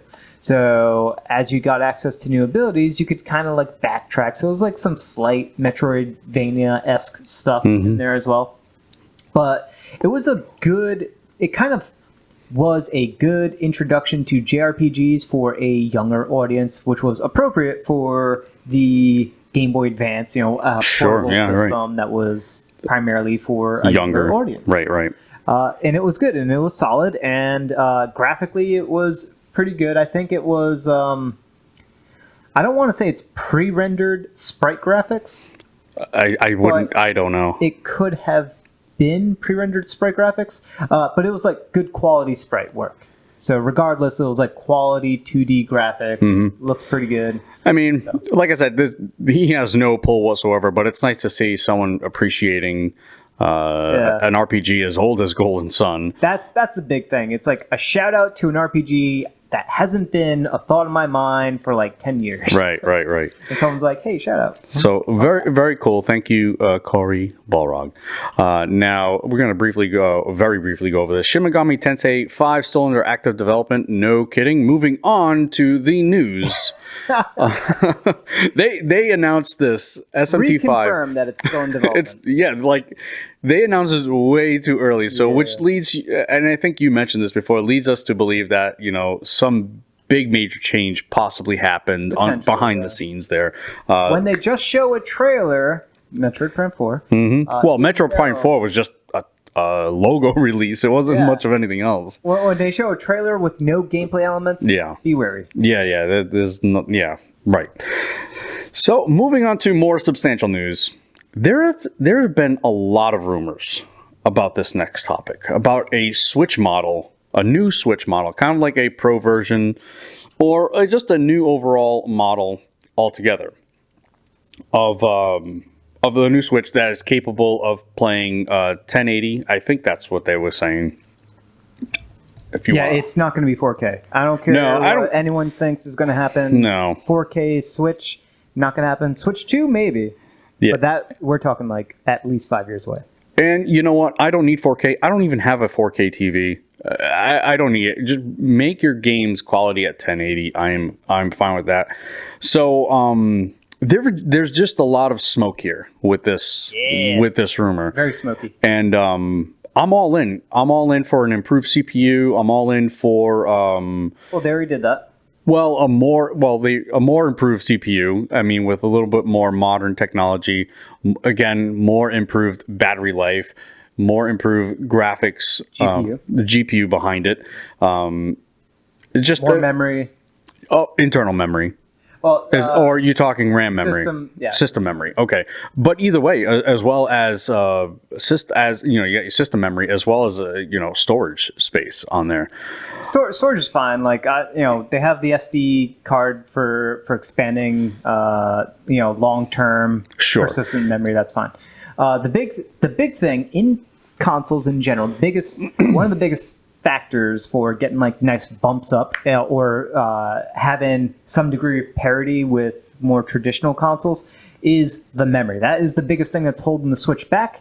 Is that it has 4 gigs. I would say minimum is 4 gigs. That would be kind of low already. I'd have to look at the specs. 5 gigs, really? This seems like an It was either 4 odd number. or 5. It might be 4 gigs of memory versus the 8 that modern consoles have right now, or at least the first iteration of the modern consoles. Right. Right. So that is a big difference because that ties into a whole lot of how many objects can be loaded or can be already loaded and persistent on the screen. That's a big deal. CPU is more so with like how many objects can you call your render pass onto. That is potentially a big deal. AI is a big deal when it comes to CPU. If you want resolution, that is a GPU thing. Yep. And also the GPU, and when we're talking memory, we're talking like System memory. generally GPU memory, but I believe almost all the consoles today, they do shared system memory. So both the CPU and the GPU are going to be sharing a good chunk of that. But when it comes to like a lot of the AI based stuff is also going to use up the CPU side of the memory. I just can't. It depends on whether or not they keep it separated or keep it together when it comes to like system memory, whether they segregate it. Like a dedicated or an integrated for type example, of system. PCs are typically with a video card. The system memory is reserved for the CPU, Right. and the GPU has its own chunk of memory. I mean, with something this small, it would be. I would say it would be pretty hard to have its own dedicated GPU without it getting bigger or more bulky. And I would think. Well, they embed it. I'm not sure if that's the case with this one. This is the Tegra. So I haven't looked into the Tegra architecture or anything like that, which is old.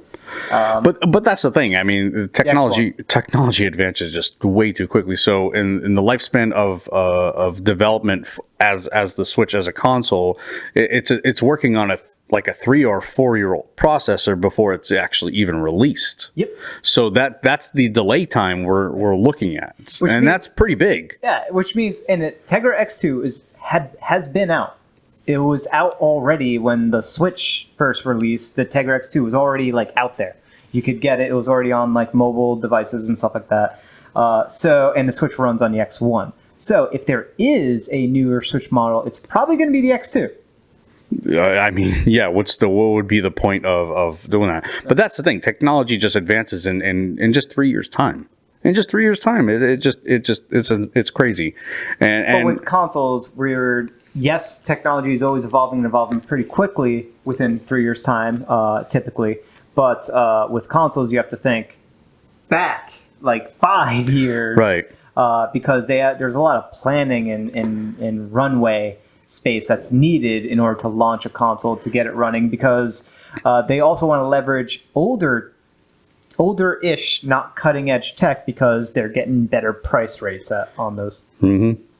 So there's a lot of smoke with this one. So I think there's got to be something going on. There's a fire. It's burning. There's something going on. It's burning. Something's happening.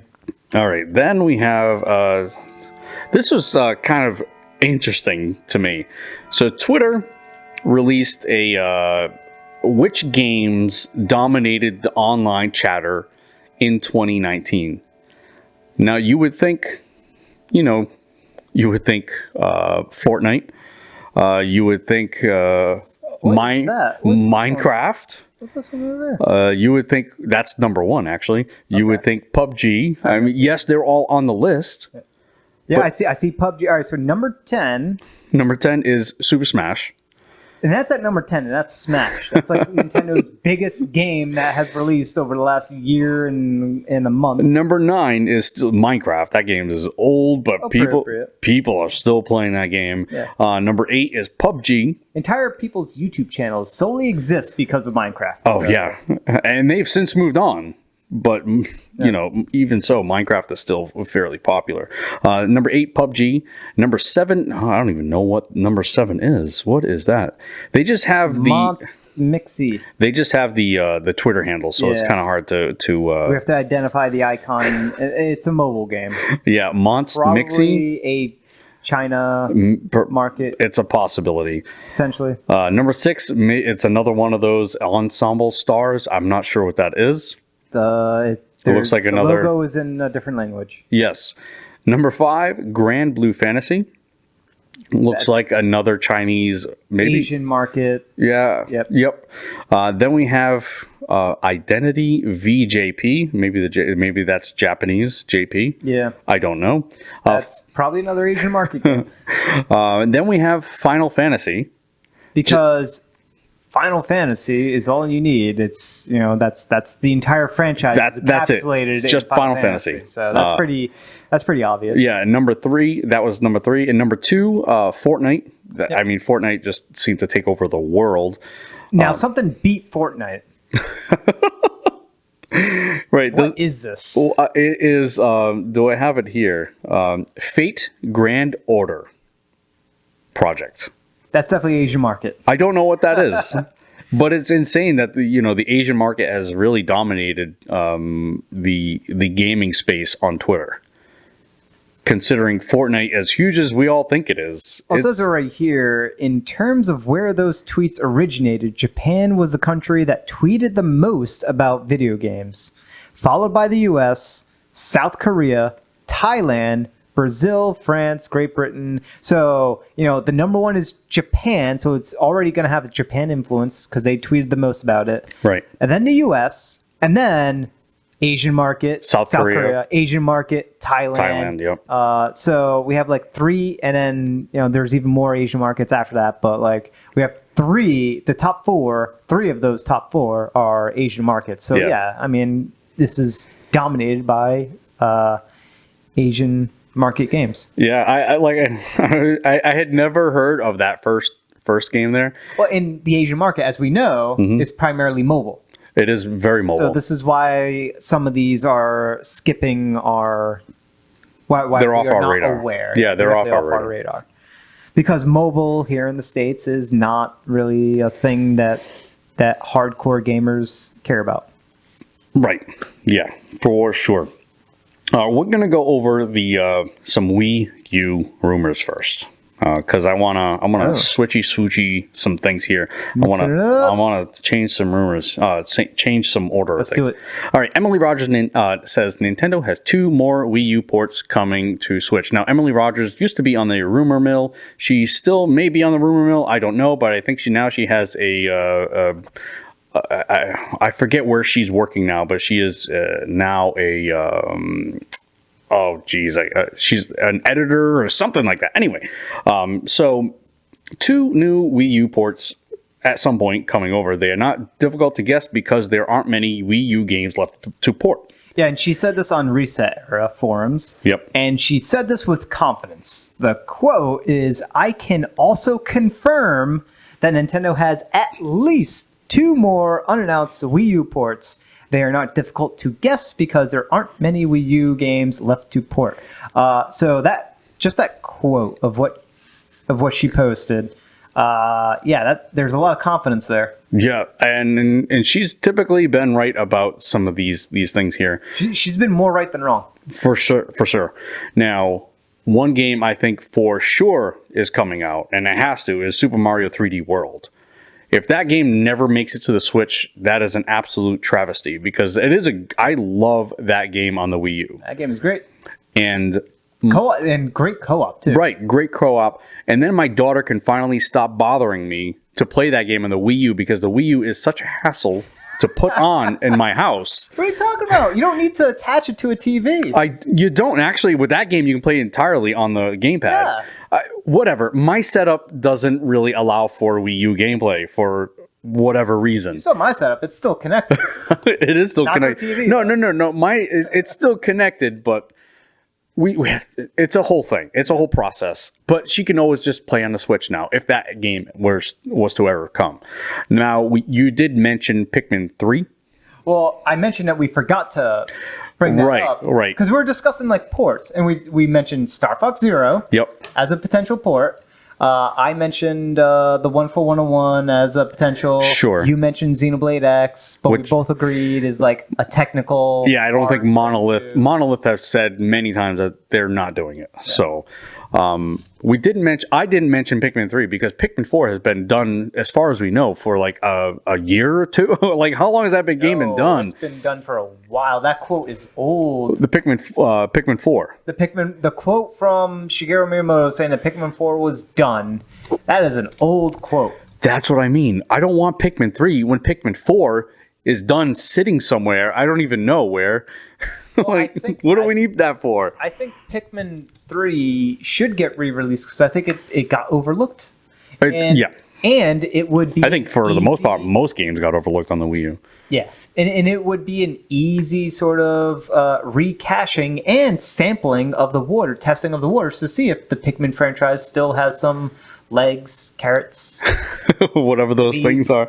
But I mean, if flowers. Pikmin 4 is done, just get it over with and like give it to us already.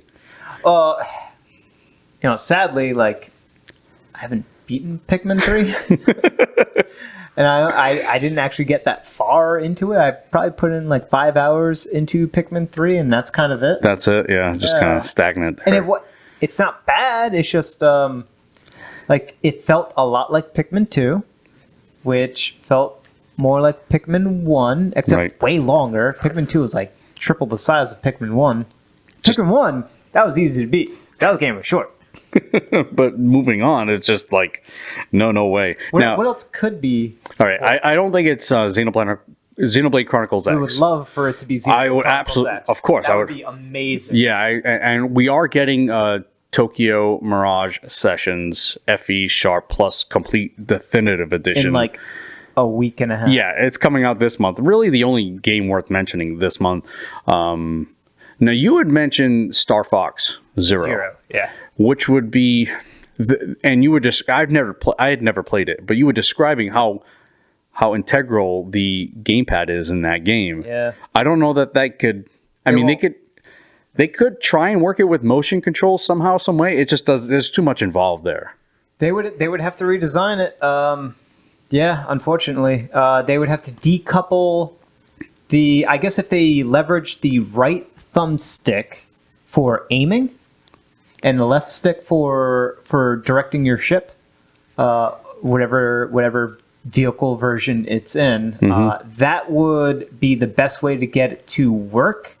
But then the thing is, the camera moved when you held onto the gamepad and you turned, you could see the game be rendered right in, I believe, cockpit view on the gamepad Yeah. while it's still being rendered on screen, third-person ship view on the TV. And that would show you the direction you're heading, your ship is heading, while the aiming cockpit view showed you could look to the right as if it had like a side view mirror camera system to your R-Wing, whatever vehicle, and you could aim and shoot at stuff that's on your sides. That seems like it. I didn't quite catch that. Could you please repeat it? Siri couldn't quite catch it for some reason, and I couldn't quite catch it either because I mean I think that would be like impossible to like you had said decouple that. No. Yeah, gameplay wise, it would be Now, because they tied in some like puzzly like activate a switch, but you have to like aim to your left. yeah, it just wouldn't work. It just really wouldn't work. The Monster Hunter 3. 3 Ultimate. Yeah, 3 Ultimate. Yeah. I have it. I never played it. So good. Never played so it. Good. I mean, ultimately, I would like Monster Hunter World. I don't think that would be coming to us.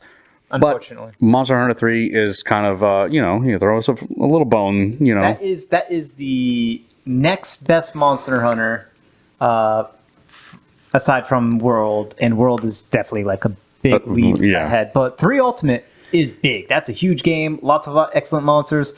But like it's a step down from where Monster Hunter has gone within World. So. Yeah, right. Yeah, it's just a totally different direction even. What else could there be? Is there any other Wii U games? Yeah, Paper Mario Color Splash.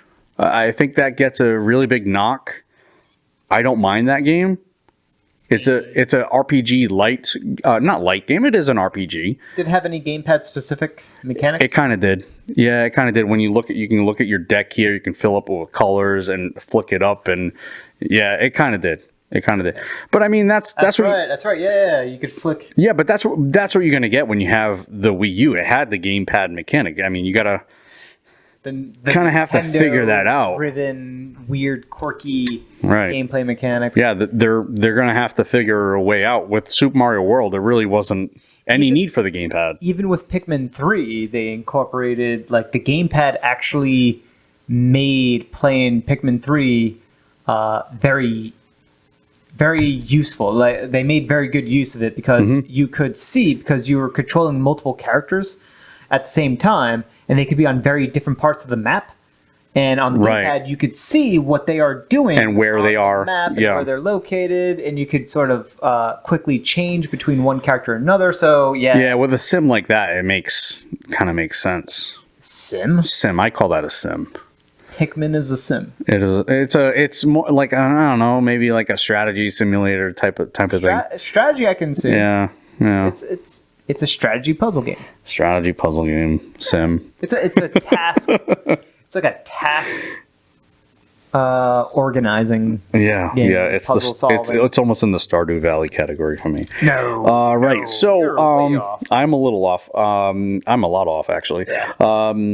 Capcom DMC 3, Devil May Cry 3 to the Switch.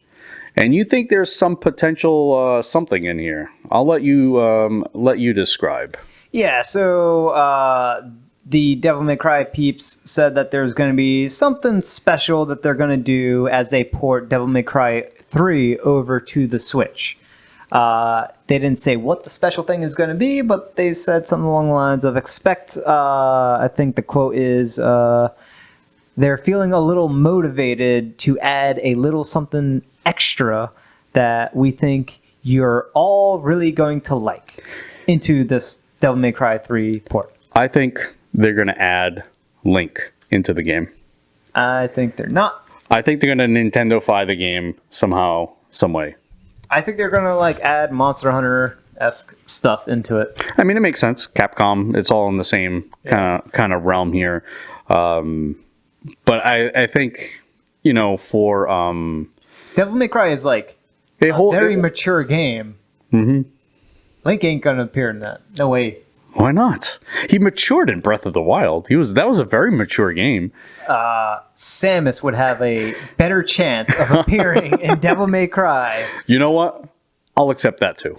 Yeah. But I think that's what I'm getting at. I think they'll do something similar to that. They'll bring a character from the Nintendo world into their world. Yeah. Now, if it was a different Like with an Capcom amiibo or franchise- something. If it was a different Capcom franchise, I could definitely see Zelda, Link, whatever, making an appearance because Capcom actually made Zelda games. Mm-hmm. They made 2 of them. They were awesome. 3 of them. Did they do Minish Cap? I don't know about Minish. I would have to consult that's the Bing okay, machine, but we're not going to do that right now. But so that's interesting. Cool. Devil May Cry 3 port, whatever. Here's the important. Devil May Cry 3 on the Switch is a big deal. They already have 1 and 2 on the Switch. Right, but having 3 on the Switch, I think that's kind of the graphical intensity on 3 is pretty good. Well, it's prior gen. Yeah, but still. Devil May Cry 4 wasn't that great. No, all right. 3 wasn't, it was all right. 1 and 2 were really good. 1 was really good. 1 was really good. Yeah. But Devil May Cry 3 was on PS2. Now that I'm remembering. Okay. It was on PS2? Yes. They put 3 Devil May Cry games on PS2? Yeah, I can look that up, but I'm pretty sure. I am pretty sure. I'm wondering, because I'm curious, because that would gives the indication as to the graphical bump up or bump Yeah, down. there's got to be something. Here's the more important part. So, they didn't give any hints as to what the surprise was, but they said that they're going to be revealing the special surprise thing on 3 specific dates. Over 3 dates. Over 3 dates. So on January 16th, which is in like a week and a day, on January 30th, and on February 13th. So this is there's like 2-week intervals. They're going to announce something new, starting on the 16th. Well, we do know that some direct beyond the Pokemon one is going to happen at some point. Whether I don't think they'll do a full. They may do a full Animal Crossing direct, but we need a Nintendo direct. Yeah, because no one knows what's coming out. No, there's nothing coming out.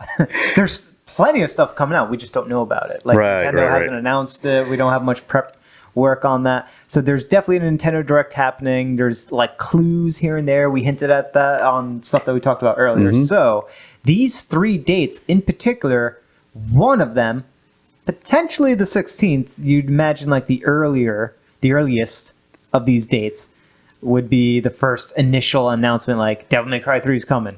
And also 4, not 5, but potentially, who knows? Yeah. So these 3 dates in particular, potentially there's a good chance that they'll coincide with a Nintendo Direct. That would be awesome. Because I don't want to wait anymore. I really don't. Yeah. So yeah, that's really. I totally did not pick up on that, and I think you're onto something. For certain. For certain. If not, we're just stretching. I don't think we're stretching. I think it totally makes sense. I think it makes sense too. I think it really makes sense. Yeah. All right, so now we are at the creme de la creme. We have a Pokemon Direct set for January 9th. It's a 20-minute Direct, which 20 minutes. Pretty substantial considering the game, the newest game, Sword and Shield, is already out. All right, so what are they going to show us? Are they going to show us potential DLC for whatever reason? Are they also going to show us some of the stuff that they talked about? I think it was during E3. They had a Pokemon Direct around that time where they showed us Pokemon Home, I think it was called. Yeah, some weird stuff. And Pokemon Sleep. Yeah. A sleep assistant. And and Pokemon Go, I'm sure there's going to be something like, I don't think this is going to be all about Pokemon Sword and Shield. There will be, of course, there'll be something about that. But there's 20 minutes on the game that's already out. Right. And they've showed everything. What else is there to show unless there's something DLC new, which you've mentioned. Yep. I think it's probably going to be some weird offshoot thing. Like a spin-off. They might touch up on the Sleep and Home. Well, the Home is like your Pokebank. Yeah. But I'm thinking it's going to be more so a spin-off. I don't know if you remember, but like a year and a half ago or 2 years ago, this was before Pokemon Let's Go, they shadow dropped. They released on I think it was like a direct before E3, like a month before E3. They did a direct, or maybe 2 months before. They talked about Pokemon. Oh, what? They were like all cubey looking. Oh, Quest. Pokemon Quest, and then they just dropped it. It's like, and it's available today or That was a tomorrow or free game. Free to play. Oh, with Yeah. free to start, maybe. start. Yeah, free to start. No, it was free to play. With microtransactions that you could potentially unlock the entire game, but it kind of capped you, which was really nice. It was slow. It paced you very slowly. So if you wanted to like pull ahead very quickly, you definitely had to drop money. Yeah, Pokemon Quest, and there was I thought there was another one too. There might have been another one, but Pokemon Quest is the one I remember because I downloaded and played a lot of that. Really? Oh yeah, I got to okay. like almost the very center island, which is like the end of it. Okay, all right. I got like almost there, but it became way too grindy. It only took like 15 minutes of my time. Every day. I was just logging in every day, 15 minutes, do the things, and I'm done, and I just turn off, because it's on Switch. It was It's easy. to play, but yeah, it was grindy. It definitely wanted money. So, I mean, that ever on? I don't think that made that. I don't think that made it to mobile. I think it did. Did it really? It felt like a mobile game. It certainly did. Yeah, definitely. So you're thinking some sort of a spin-off in that vein, or are you thinking, because you mentioned something else I think is a little more interesting. I did mention something else. Do you want me to mention it again? Yeah. All right. Do it. Get hyped. Get Are you ready for this? No. I think it's because a lot of people bring up this one Pokemon offshoot because everyone loves it. It was so weird. Easy with everyone. A lot of people loved it when it was out, and people still they reminisce about it in a positive way. Sure, that's what I meant to say. Right? They don't love it, but they definitely reminisce about it favorably, and that is think way back to the N64. We're doing it straight to the camera. Pokemon Snap. Pokemon Snap. Pokemon Snap. I think it Switch could be edition. a sequel of sorts to Pokemon Snap, right? Because you think about it. They spent all this time creating all these new Pokemon, HD graphics, etc. How are they going to extend? And they create these worlds, these HD worlds, and they have like this whole like wild ecosystem and all that. They have a lot of the assets built because they built this big giant console-esque game, and they should leverage it. And what's a good way to leverage it without feeling like a rehash? Because Pokemon Snap was a rehash. It wasn't a rehash. But what I'm saying is it's built for rehashing of the graphical assets. So, but because the gameplay was so fundamentally different, they could get away with it. Right. Because it played like no other game out there. So if they rehash on all these assets, which has taken them quite some time to do, and you can imagine if they are planning in the future to bring more Pokemon, more generations of Pokemon, they could work it right into the HD graphics, fully modeled, 3D, etc. They can expand both Pokemon Snap and Sword and Shield at the same time and get even more bang for their Pokemon buck. Yeah.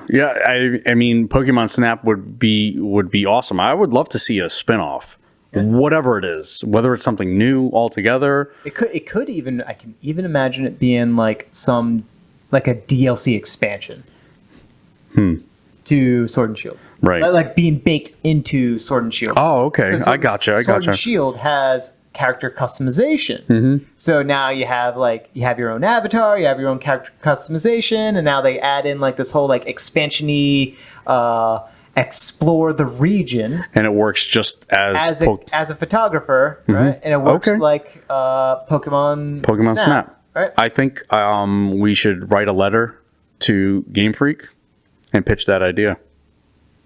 Well, I would rather have them do a standalone, and they would probably rather have the standalone because they'll make way more money off of a sequel, Pokemon Snap 2, right? Yeah, whatever. That would just print way more money than they could charge more. Expanding Sword and Shield. Right, exactly.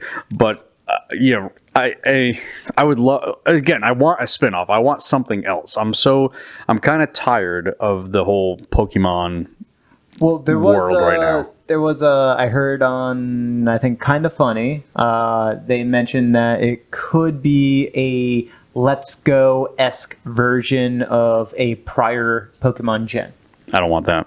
I don't want that either. Yeah, I don't want that. That's boring, and it also doesn't. You don't need a Pokemon Direct for that. Yeah, I don't think we need a step between Pokemon Go, which is dead, and Pokemon, legit. Right. Yeah, we don't need that at all. I don't think we need an in-between. If anything, we need a replacement for Pokemon Go, right, to recapture things and to recapture it in an interesting way. And that is the step, the gateway drug into Pokemon legit. We don't need this in-between hybrid of Let's Go. Right. It didn't satisfy. It didn't pull the people from the the phone only stuff, or it certainly didn't pull enough of them, and it only kind of upset the hardcore, because that's really the most of the people that played Let's Go was the hardcore that want a console Pokemon game. Right. And they were disappointed. I will say though that Let's Go Pikachu or Eevee, whatever iteration you played, was really good in terms of getting a younger audience back into it, because my son was able to play it pretty easily without any real challenge. So it was. But he could probably do the same with Pokemon Sword and Shield. I guess the learning curve, I think, is a little more when I'm looking at him and how he thinks. I think the learning curve in Sword and Shield is a little more so. There's a steeper learning curve there. Sure. Whereas catching a Pokemon in Let's Go is really straightforward. It's really easy. So easy, he could do it, So, I don't know. All right, moving on to listener questions. We want to hear from you guys. You can email us any questions at podcast@switchrpg.com, or you can dive into our Discord server at discord.switchrpg.com and post in our podcast channel. We do have a question today. Did we skip this? What? No, we did not skip that. All right. Don't tell me we skipped the Ni no Kuni anime movie. There we go. We covered it. We're good. Question. Good. All right. Red Guardian from Discord. With a Nintendo Direct kind of imminent, what's your prediction? Last year, we got a slew of RPGs from the beginning of the year Direct. Also, Rune Factory 5 doesn't have a date yet. So that's a huge bet that he's putting down for. What do you want in the Nintendo Direct? Rune Factory 5 was announced, and they kind of treated that announcement as a big deal, because I think they talked about Rune Factory 4. Is that that's not even out yet? And then at the end of that 4, they were like, and 5. Yeah, they pulled. It was too early.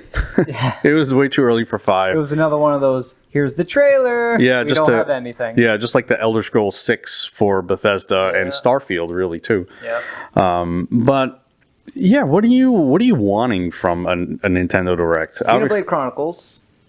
The definitive edition. Yep. So you actually want to see some gameplay, something other than kind of a trailer remake. Show more. Like, for me, as someone who already played through the game twice, I just need to see more of the graphics. Make sure that the voice acting didn't change.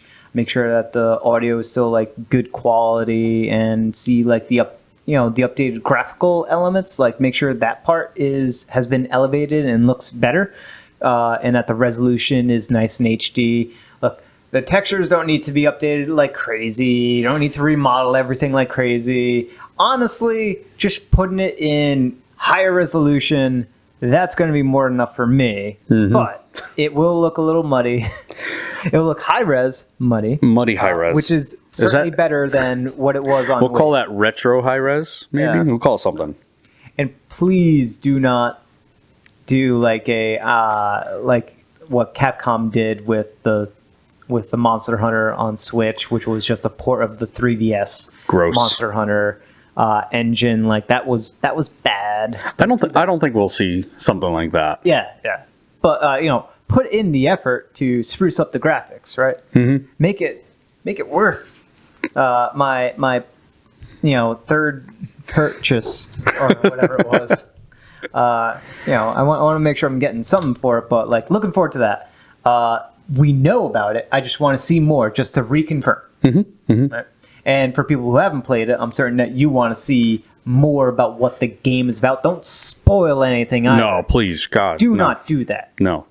I'm hoping for that. I'm hoping for more Trials of Mana. That's something that's really on my radar. Well, they already fed a lot to us. Remember when we were looking at that they continue to. If you follow their Twitter account or their website, they continue to feed more stories, more character spotlights, things of that nature.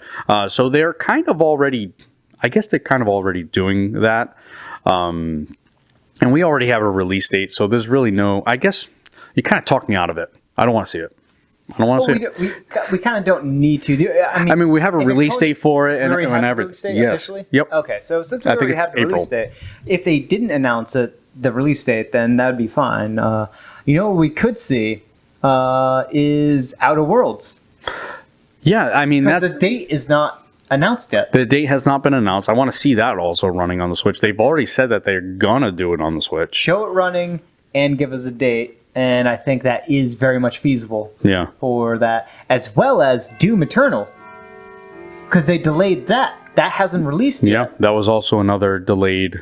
Another delayed game, and it's going to be coming out on the other consoles this year, relatively early this year. And I thought for some reason, that was right. Yeah, now that I'm remembering, they were delayed on all consoles, right? Yeah. Yeah, that's Because Bethesda has been doing nothing but falling on their face over and over again. Yeah. And they finally got smart and decided to, hey, quality is... Yeah, let's hold the brake, pump the brakes here. Let's slow it down. Let's figure stuff out. Quality over quantity for sure. I want a release date on Crosscode. I just kind of looked that up to make sure that we didn't have that. We don't have that.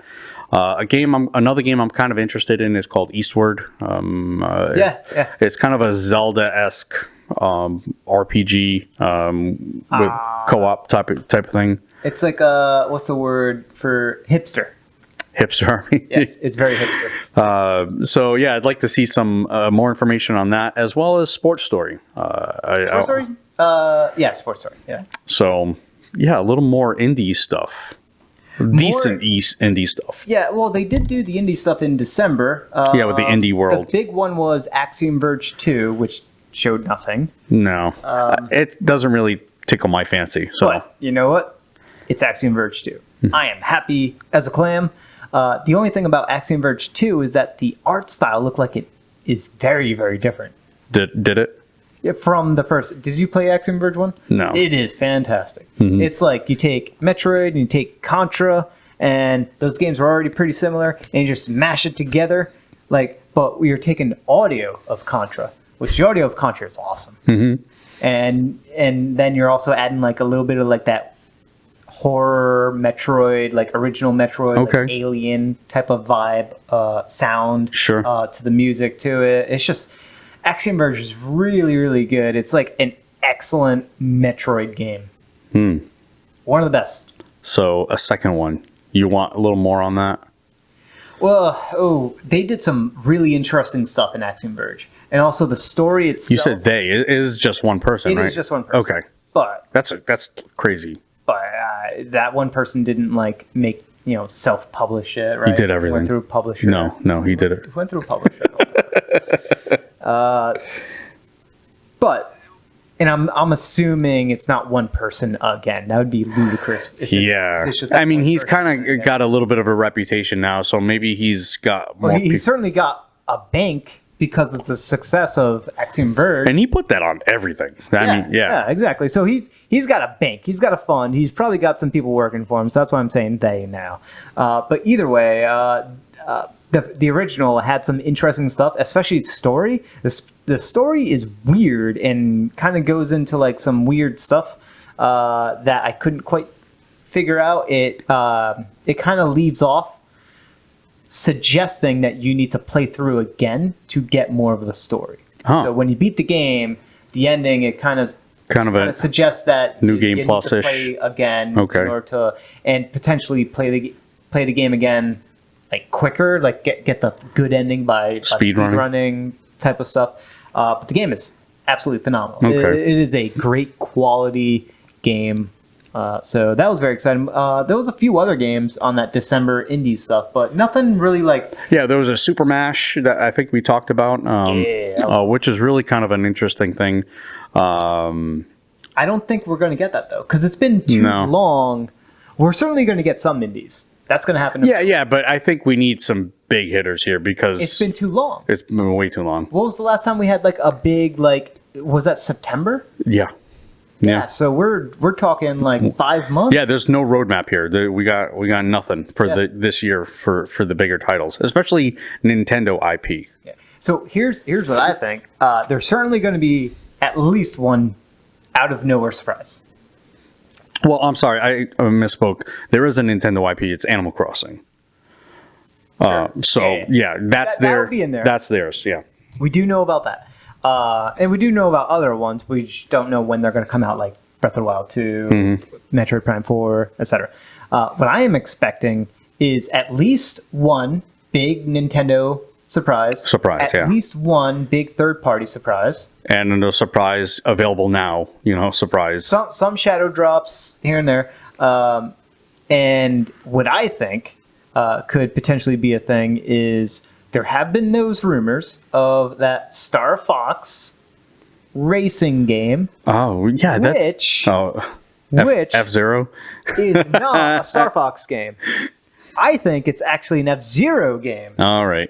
And I think what Nintendo did a little bit of like manipulation of information and to figure out who was leaking what. And someone said, "Oh yeah, Star Fox Grand Prix thing," and yeah, Star Fox Grand Prix really doesn't make any sense to me. Not at all. But also, Star Fox Adventure didn't make much sense either. Right, but that was just an overall terrible game. Yeah. And Retro has been quiet.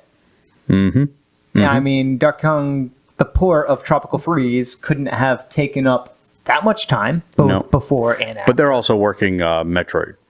But they just got assigned Metroid a year ago. Right. Yeah, I don't know. What were they working on all this time? I mean, Tropical Freeze was done on the Wii U. Right. Since Tropical Freeze finishing on the Wii U up till now, and yes, they did work on some like Mario Kart 8 Deluxe or Mario Kart 8 stuff, tracks. They were working on like course design, stuff like that. They did work on other stuff, right? But what's the big game that they've been working on, which is probably done, and not Metroid Prime 4? I think there's something there. What is it? If there isn't, what they have been working on is the Metroid Prime Trilogy port to the Switch. So they're already in the Metroid universe. Yeah, because they do need to, the Trilogy added the motion control, so they need to undo that. And then especially on Metroid Prime 3, they need to really undo that. Yeah, I agree. Yeah, because that was... unless they can refine it to a point where it's like... Well, they would have to add or in the an motion option. controls. Yeah, right. If they were able to do that, then that would be stuff. But... Once again, I don't think that takes 3-4 years. No. They're definitely working on something. Yeah. One other thing, or two other things. Bravely Default 2. I want to see more of that, if that's at all possible. And another Square Enix thing is Crystal Chronicles. Give me... That is probably gonna... I can definitely see that happening because its release should be coming soon. Right. And the last time they showed was what? E3? Yep. They showed a lot. They showed Final Fantasy 8. Yeah, but they showed a bunch of them, didn't they? No. They showed a bunch of them. That was before E3. Oh, that was the direct before. Okay. They showed 8. I don't know. I don't remember the order. They showed a bunch. But Crystal Chronicles was also that was on the list. So Square Enix, maybe there's some other hidden thing in there. Who knows?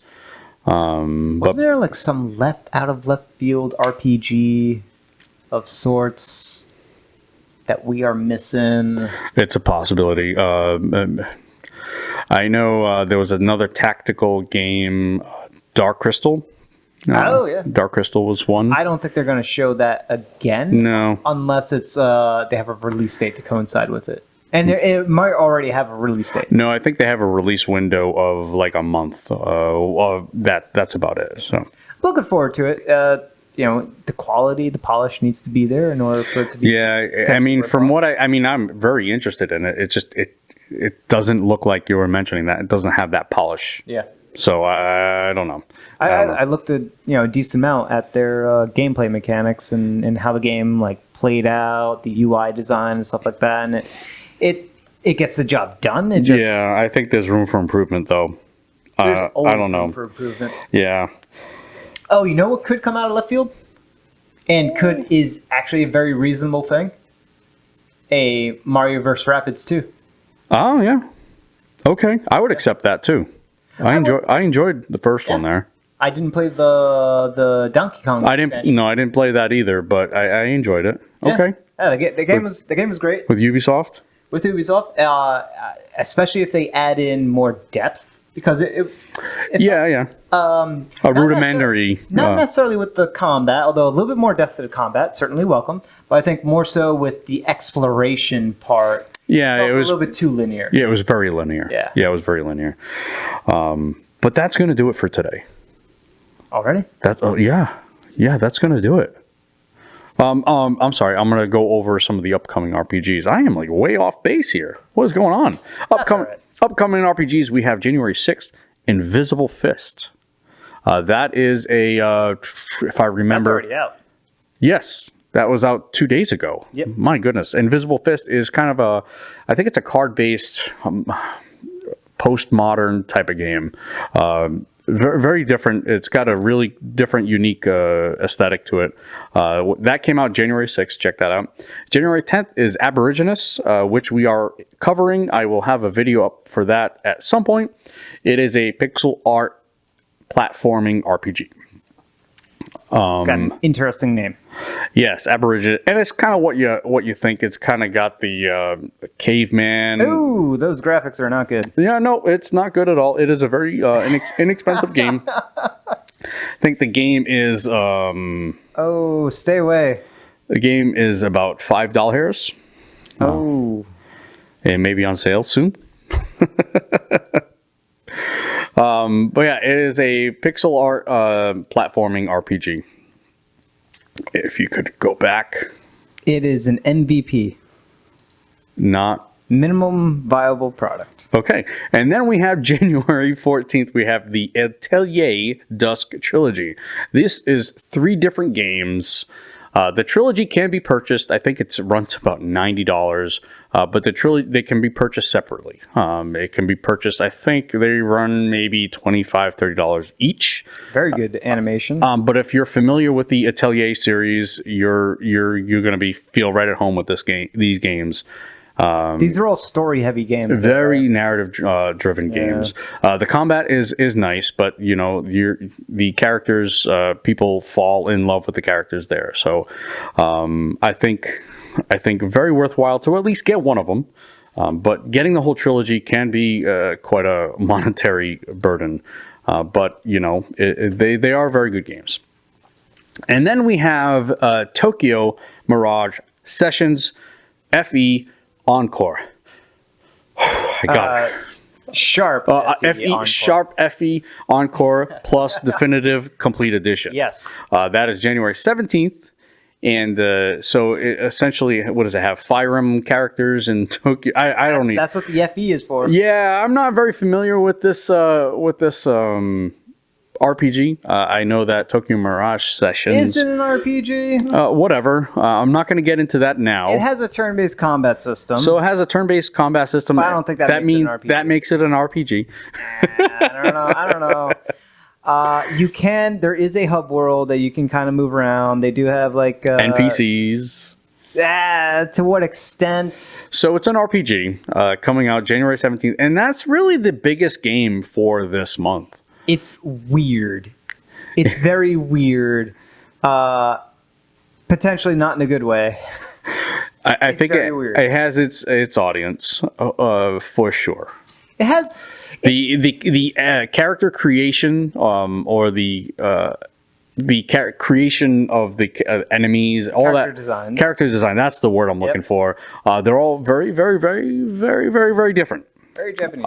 Very Japanese. Again, in the wrong ways. well, not really. I mean, some people They're just over the top. It's that's just the way things all are. right, if you like having your beloved Fire Emblem characters be like redrawn, redesigned in an over-the-top, ridiculous manner, then this is right up your alley. And if you want to combine that with an American Idol presentation with bad J-poppy music, then this is your shtick. This is your thing. And I'm sure they're out there. Yeah. I know for a fact that Evan, Switchrpg.com, really is wanting this game. Or wanting this game in the worst way. But I mean, it's not for me. But I think it's a very different game. It's a dungeon crawler. Yep. Mm-hmm. That's what the game is. It's a dungeon crawler. You're not going to get... I doubt you're going to get an interesting story. You're definitely going to get a weird world with antics galore. We're looking at lots of video of this game. So, it's not a bad game. That much is said. It's just an acquired taste. So yeah, that's gonna do it for the month of the week ahead for RPGs coming out. And that is actually gonna do it Yes. for today's episode. We are officially going to end it. We're not going to bring up anything else. Will you? I'm just getting you to the part. But first and foremost, I want to make sure that everyone can go to patreon.com/switchrpg. It helps keep the site ad-free if possible. Also, don't forget you can find us on Twitter @switchrpg. And one thing that we never do is promote our own personal socials. So if you wanted to go ahead and do that, I think we should do that every week. Yeah, we probably should. Yeah, go Here's ahead. an ad. Here's an ad. Check me out on Facebook and Twitter or on the same name.com. So Punk the Studios on Facebook, on Twitter. There's Discord channel for it. Also punkthestudios.com. That's me. That's my company. So Very good. You can find me on Twitter @TheNerdBasement. I am on Instagram as well. Less now. I used to post a lot of stuff that was in my basement. So you can find me on Instagram, I guess, as well @TheNerdBasement, but mostly on Twitter, as well as the Discord channel. I think you can find both of us there. So very good. And that's going to wrap up today's episode for the Switch RPG podcast. Thank you so much for listening, and thank you everyone who sent in their questions and comments. We actually did get one. Nice. Keep them coming. Remember, you can listen to the show each and every week, mostly each and every week, at switchrpg.com on your favorite podcast listening app. If you listen on an app, please give us a rating and review. We'd like to climb up those charts if possible, so your support there would be amazing. And finally, you can head over to switchrpg.com for all your RPG needs on the Nintendo Switch. Until next time, I'll see you around. Bye.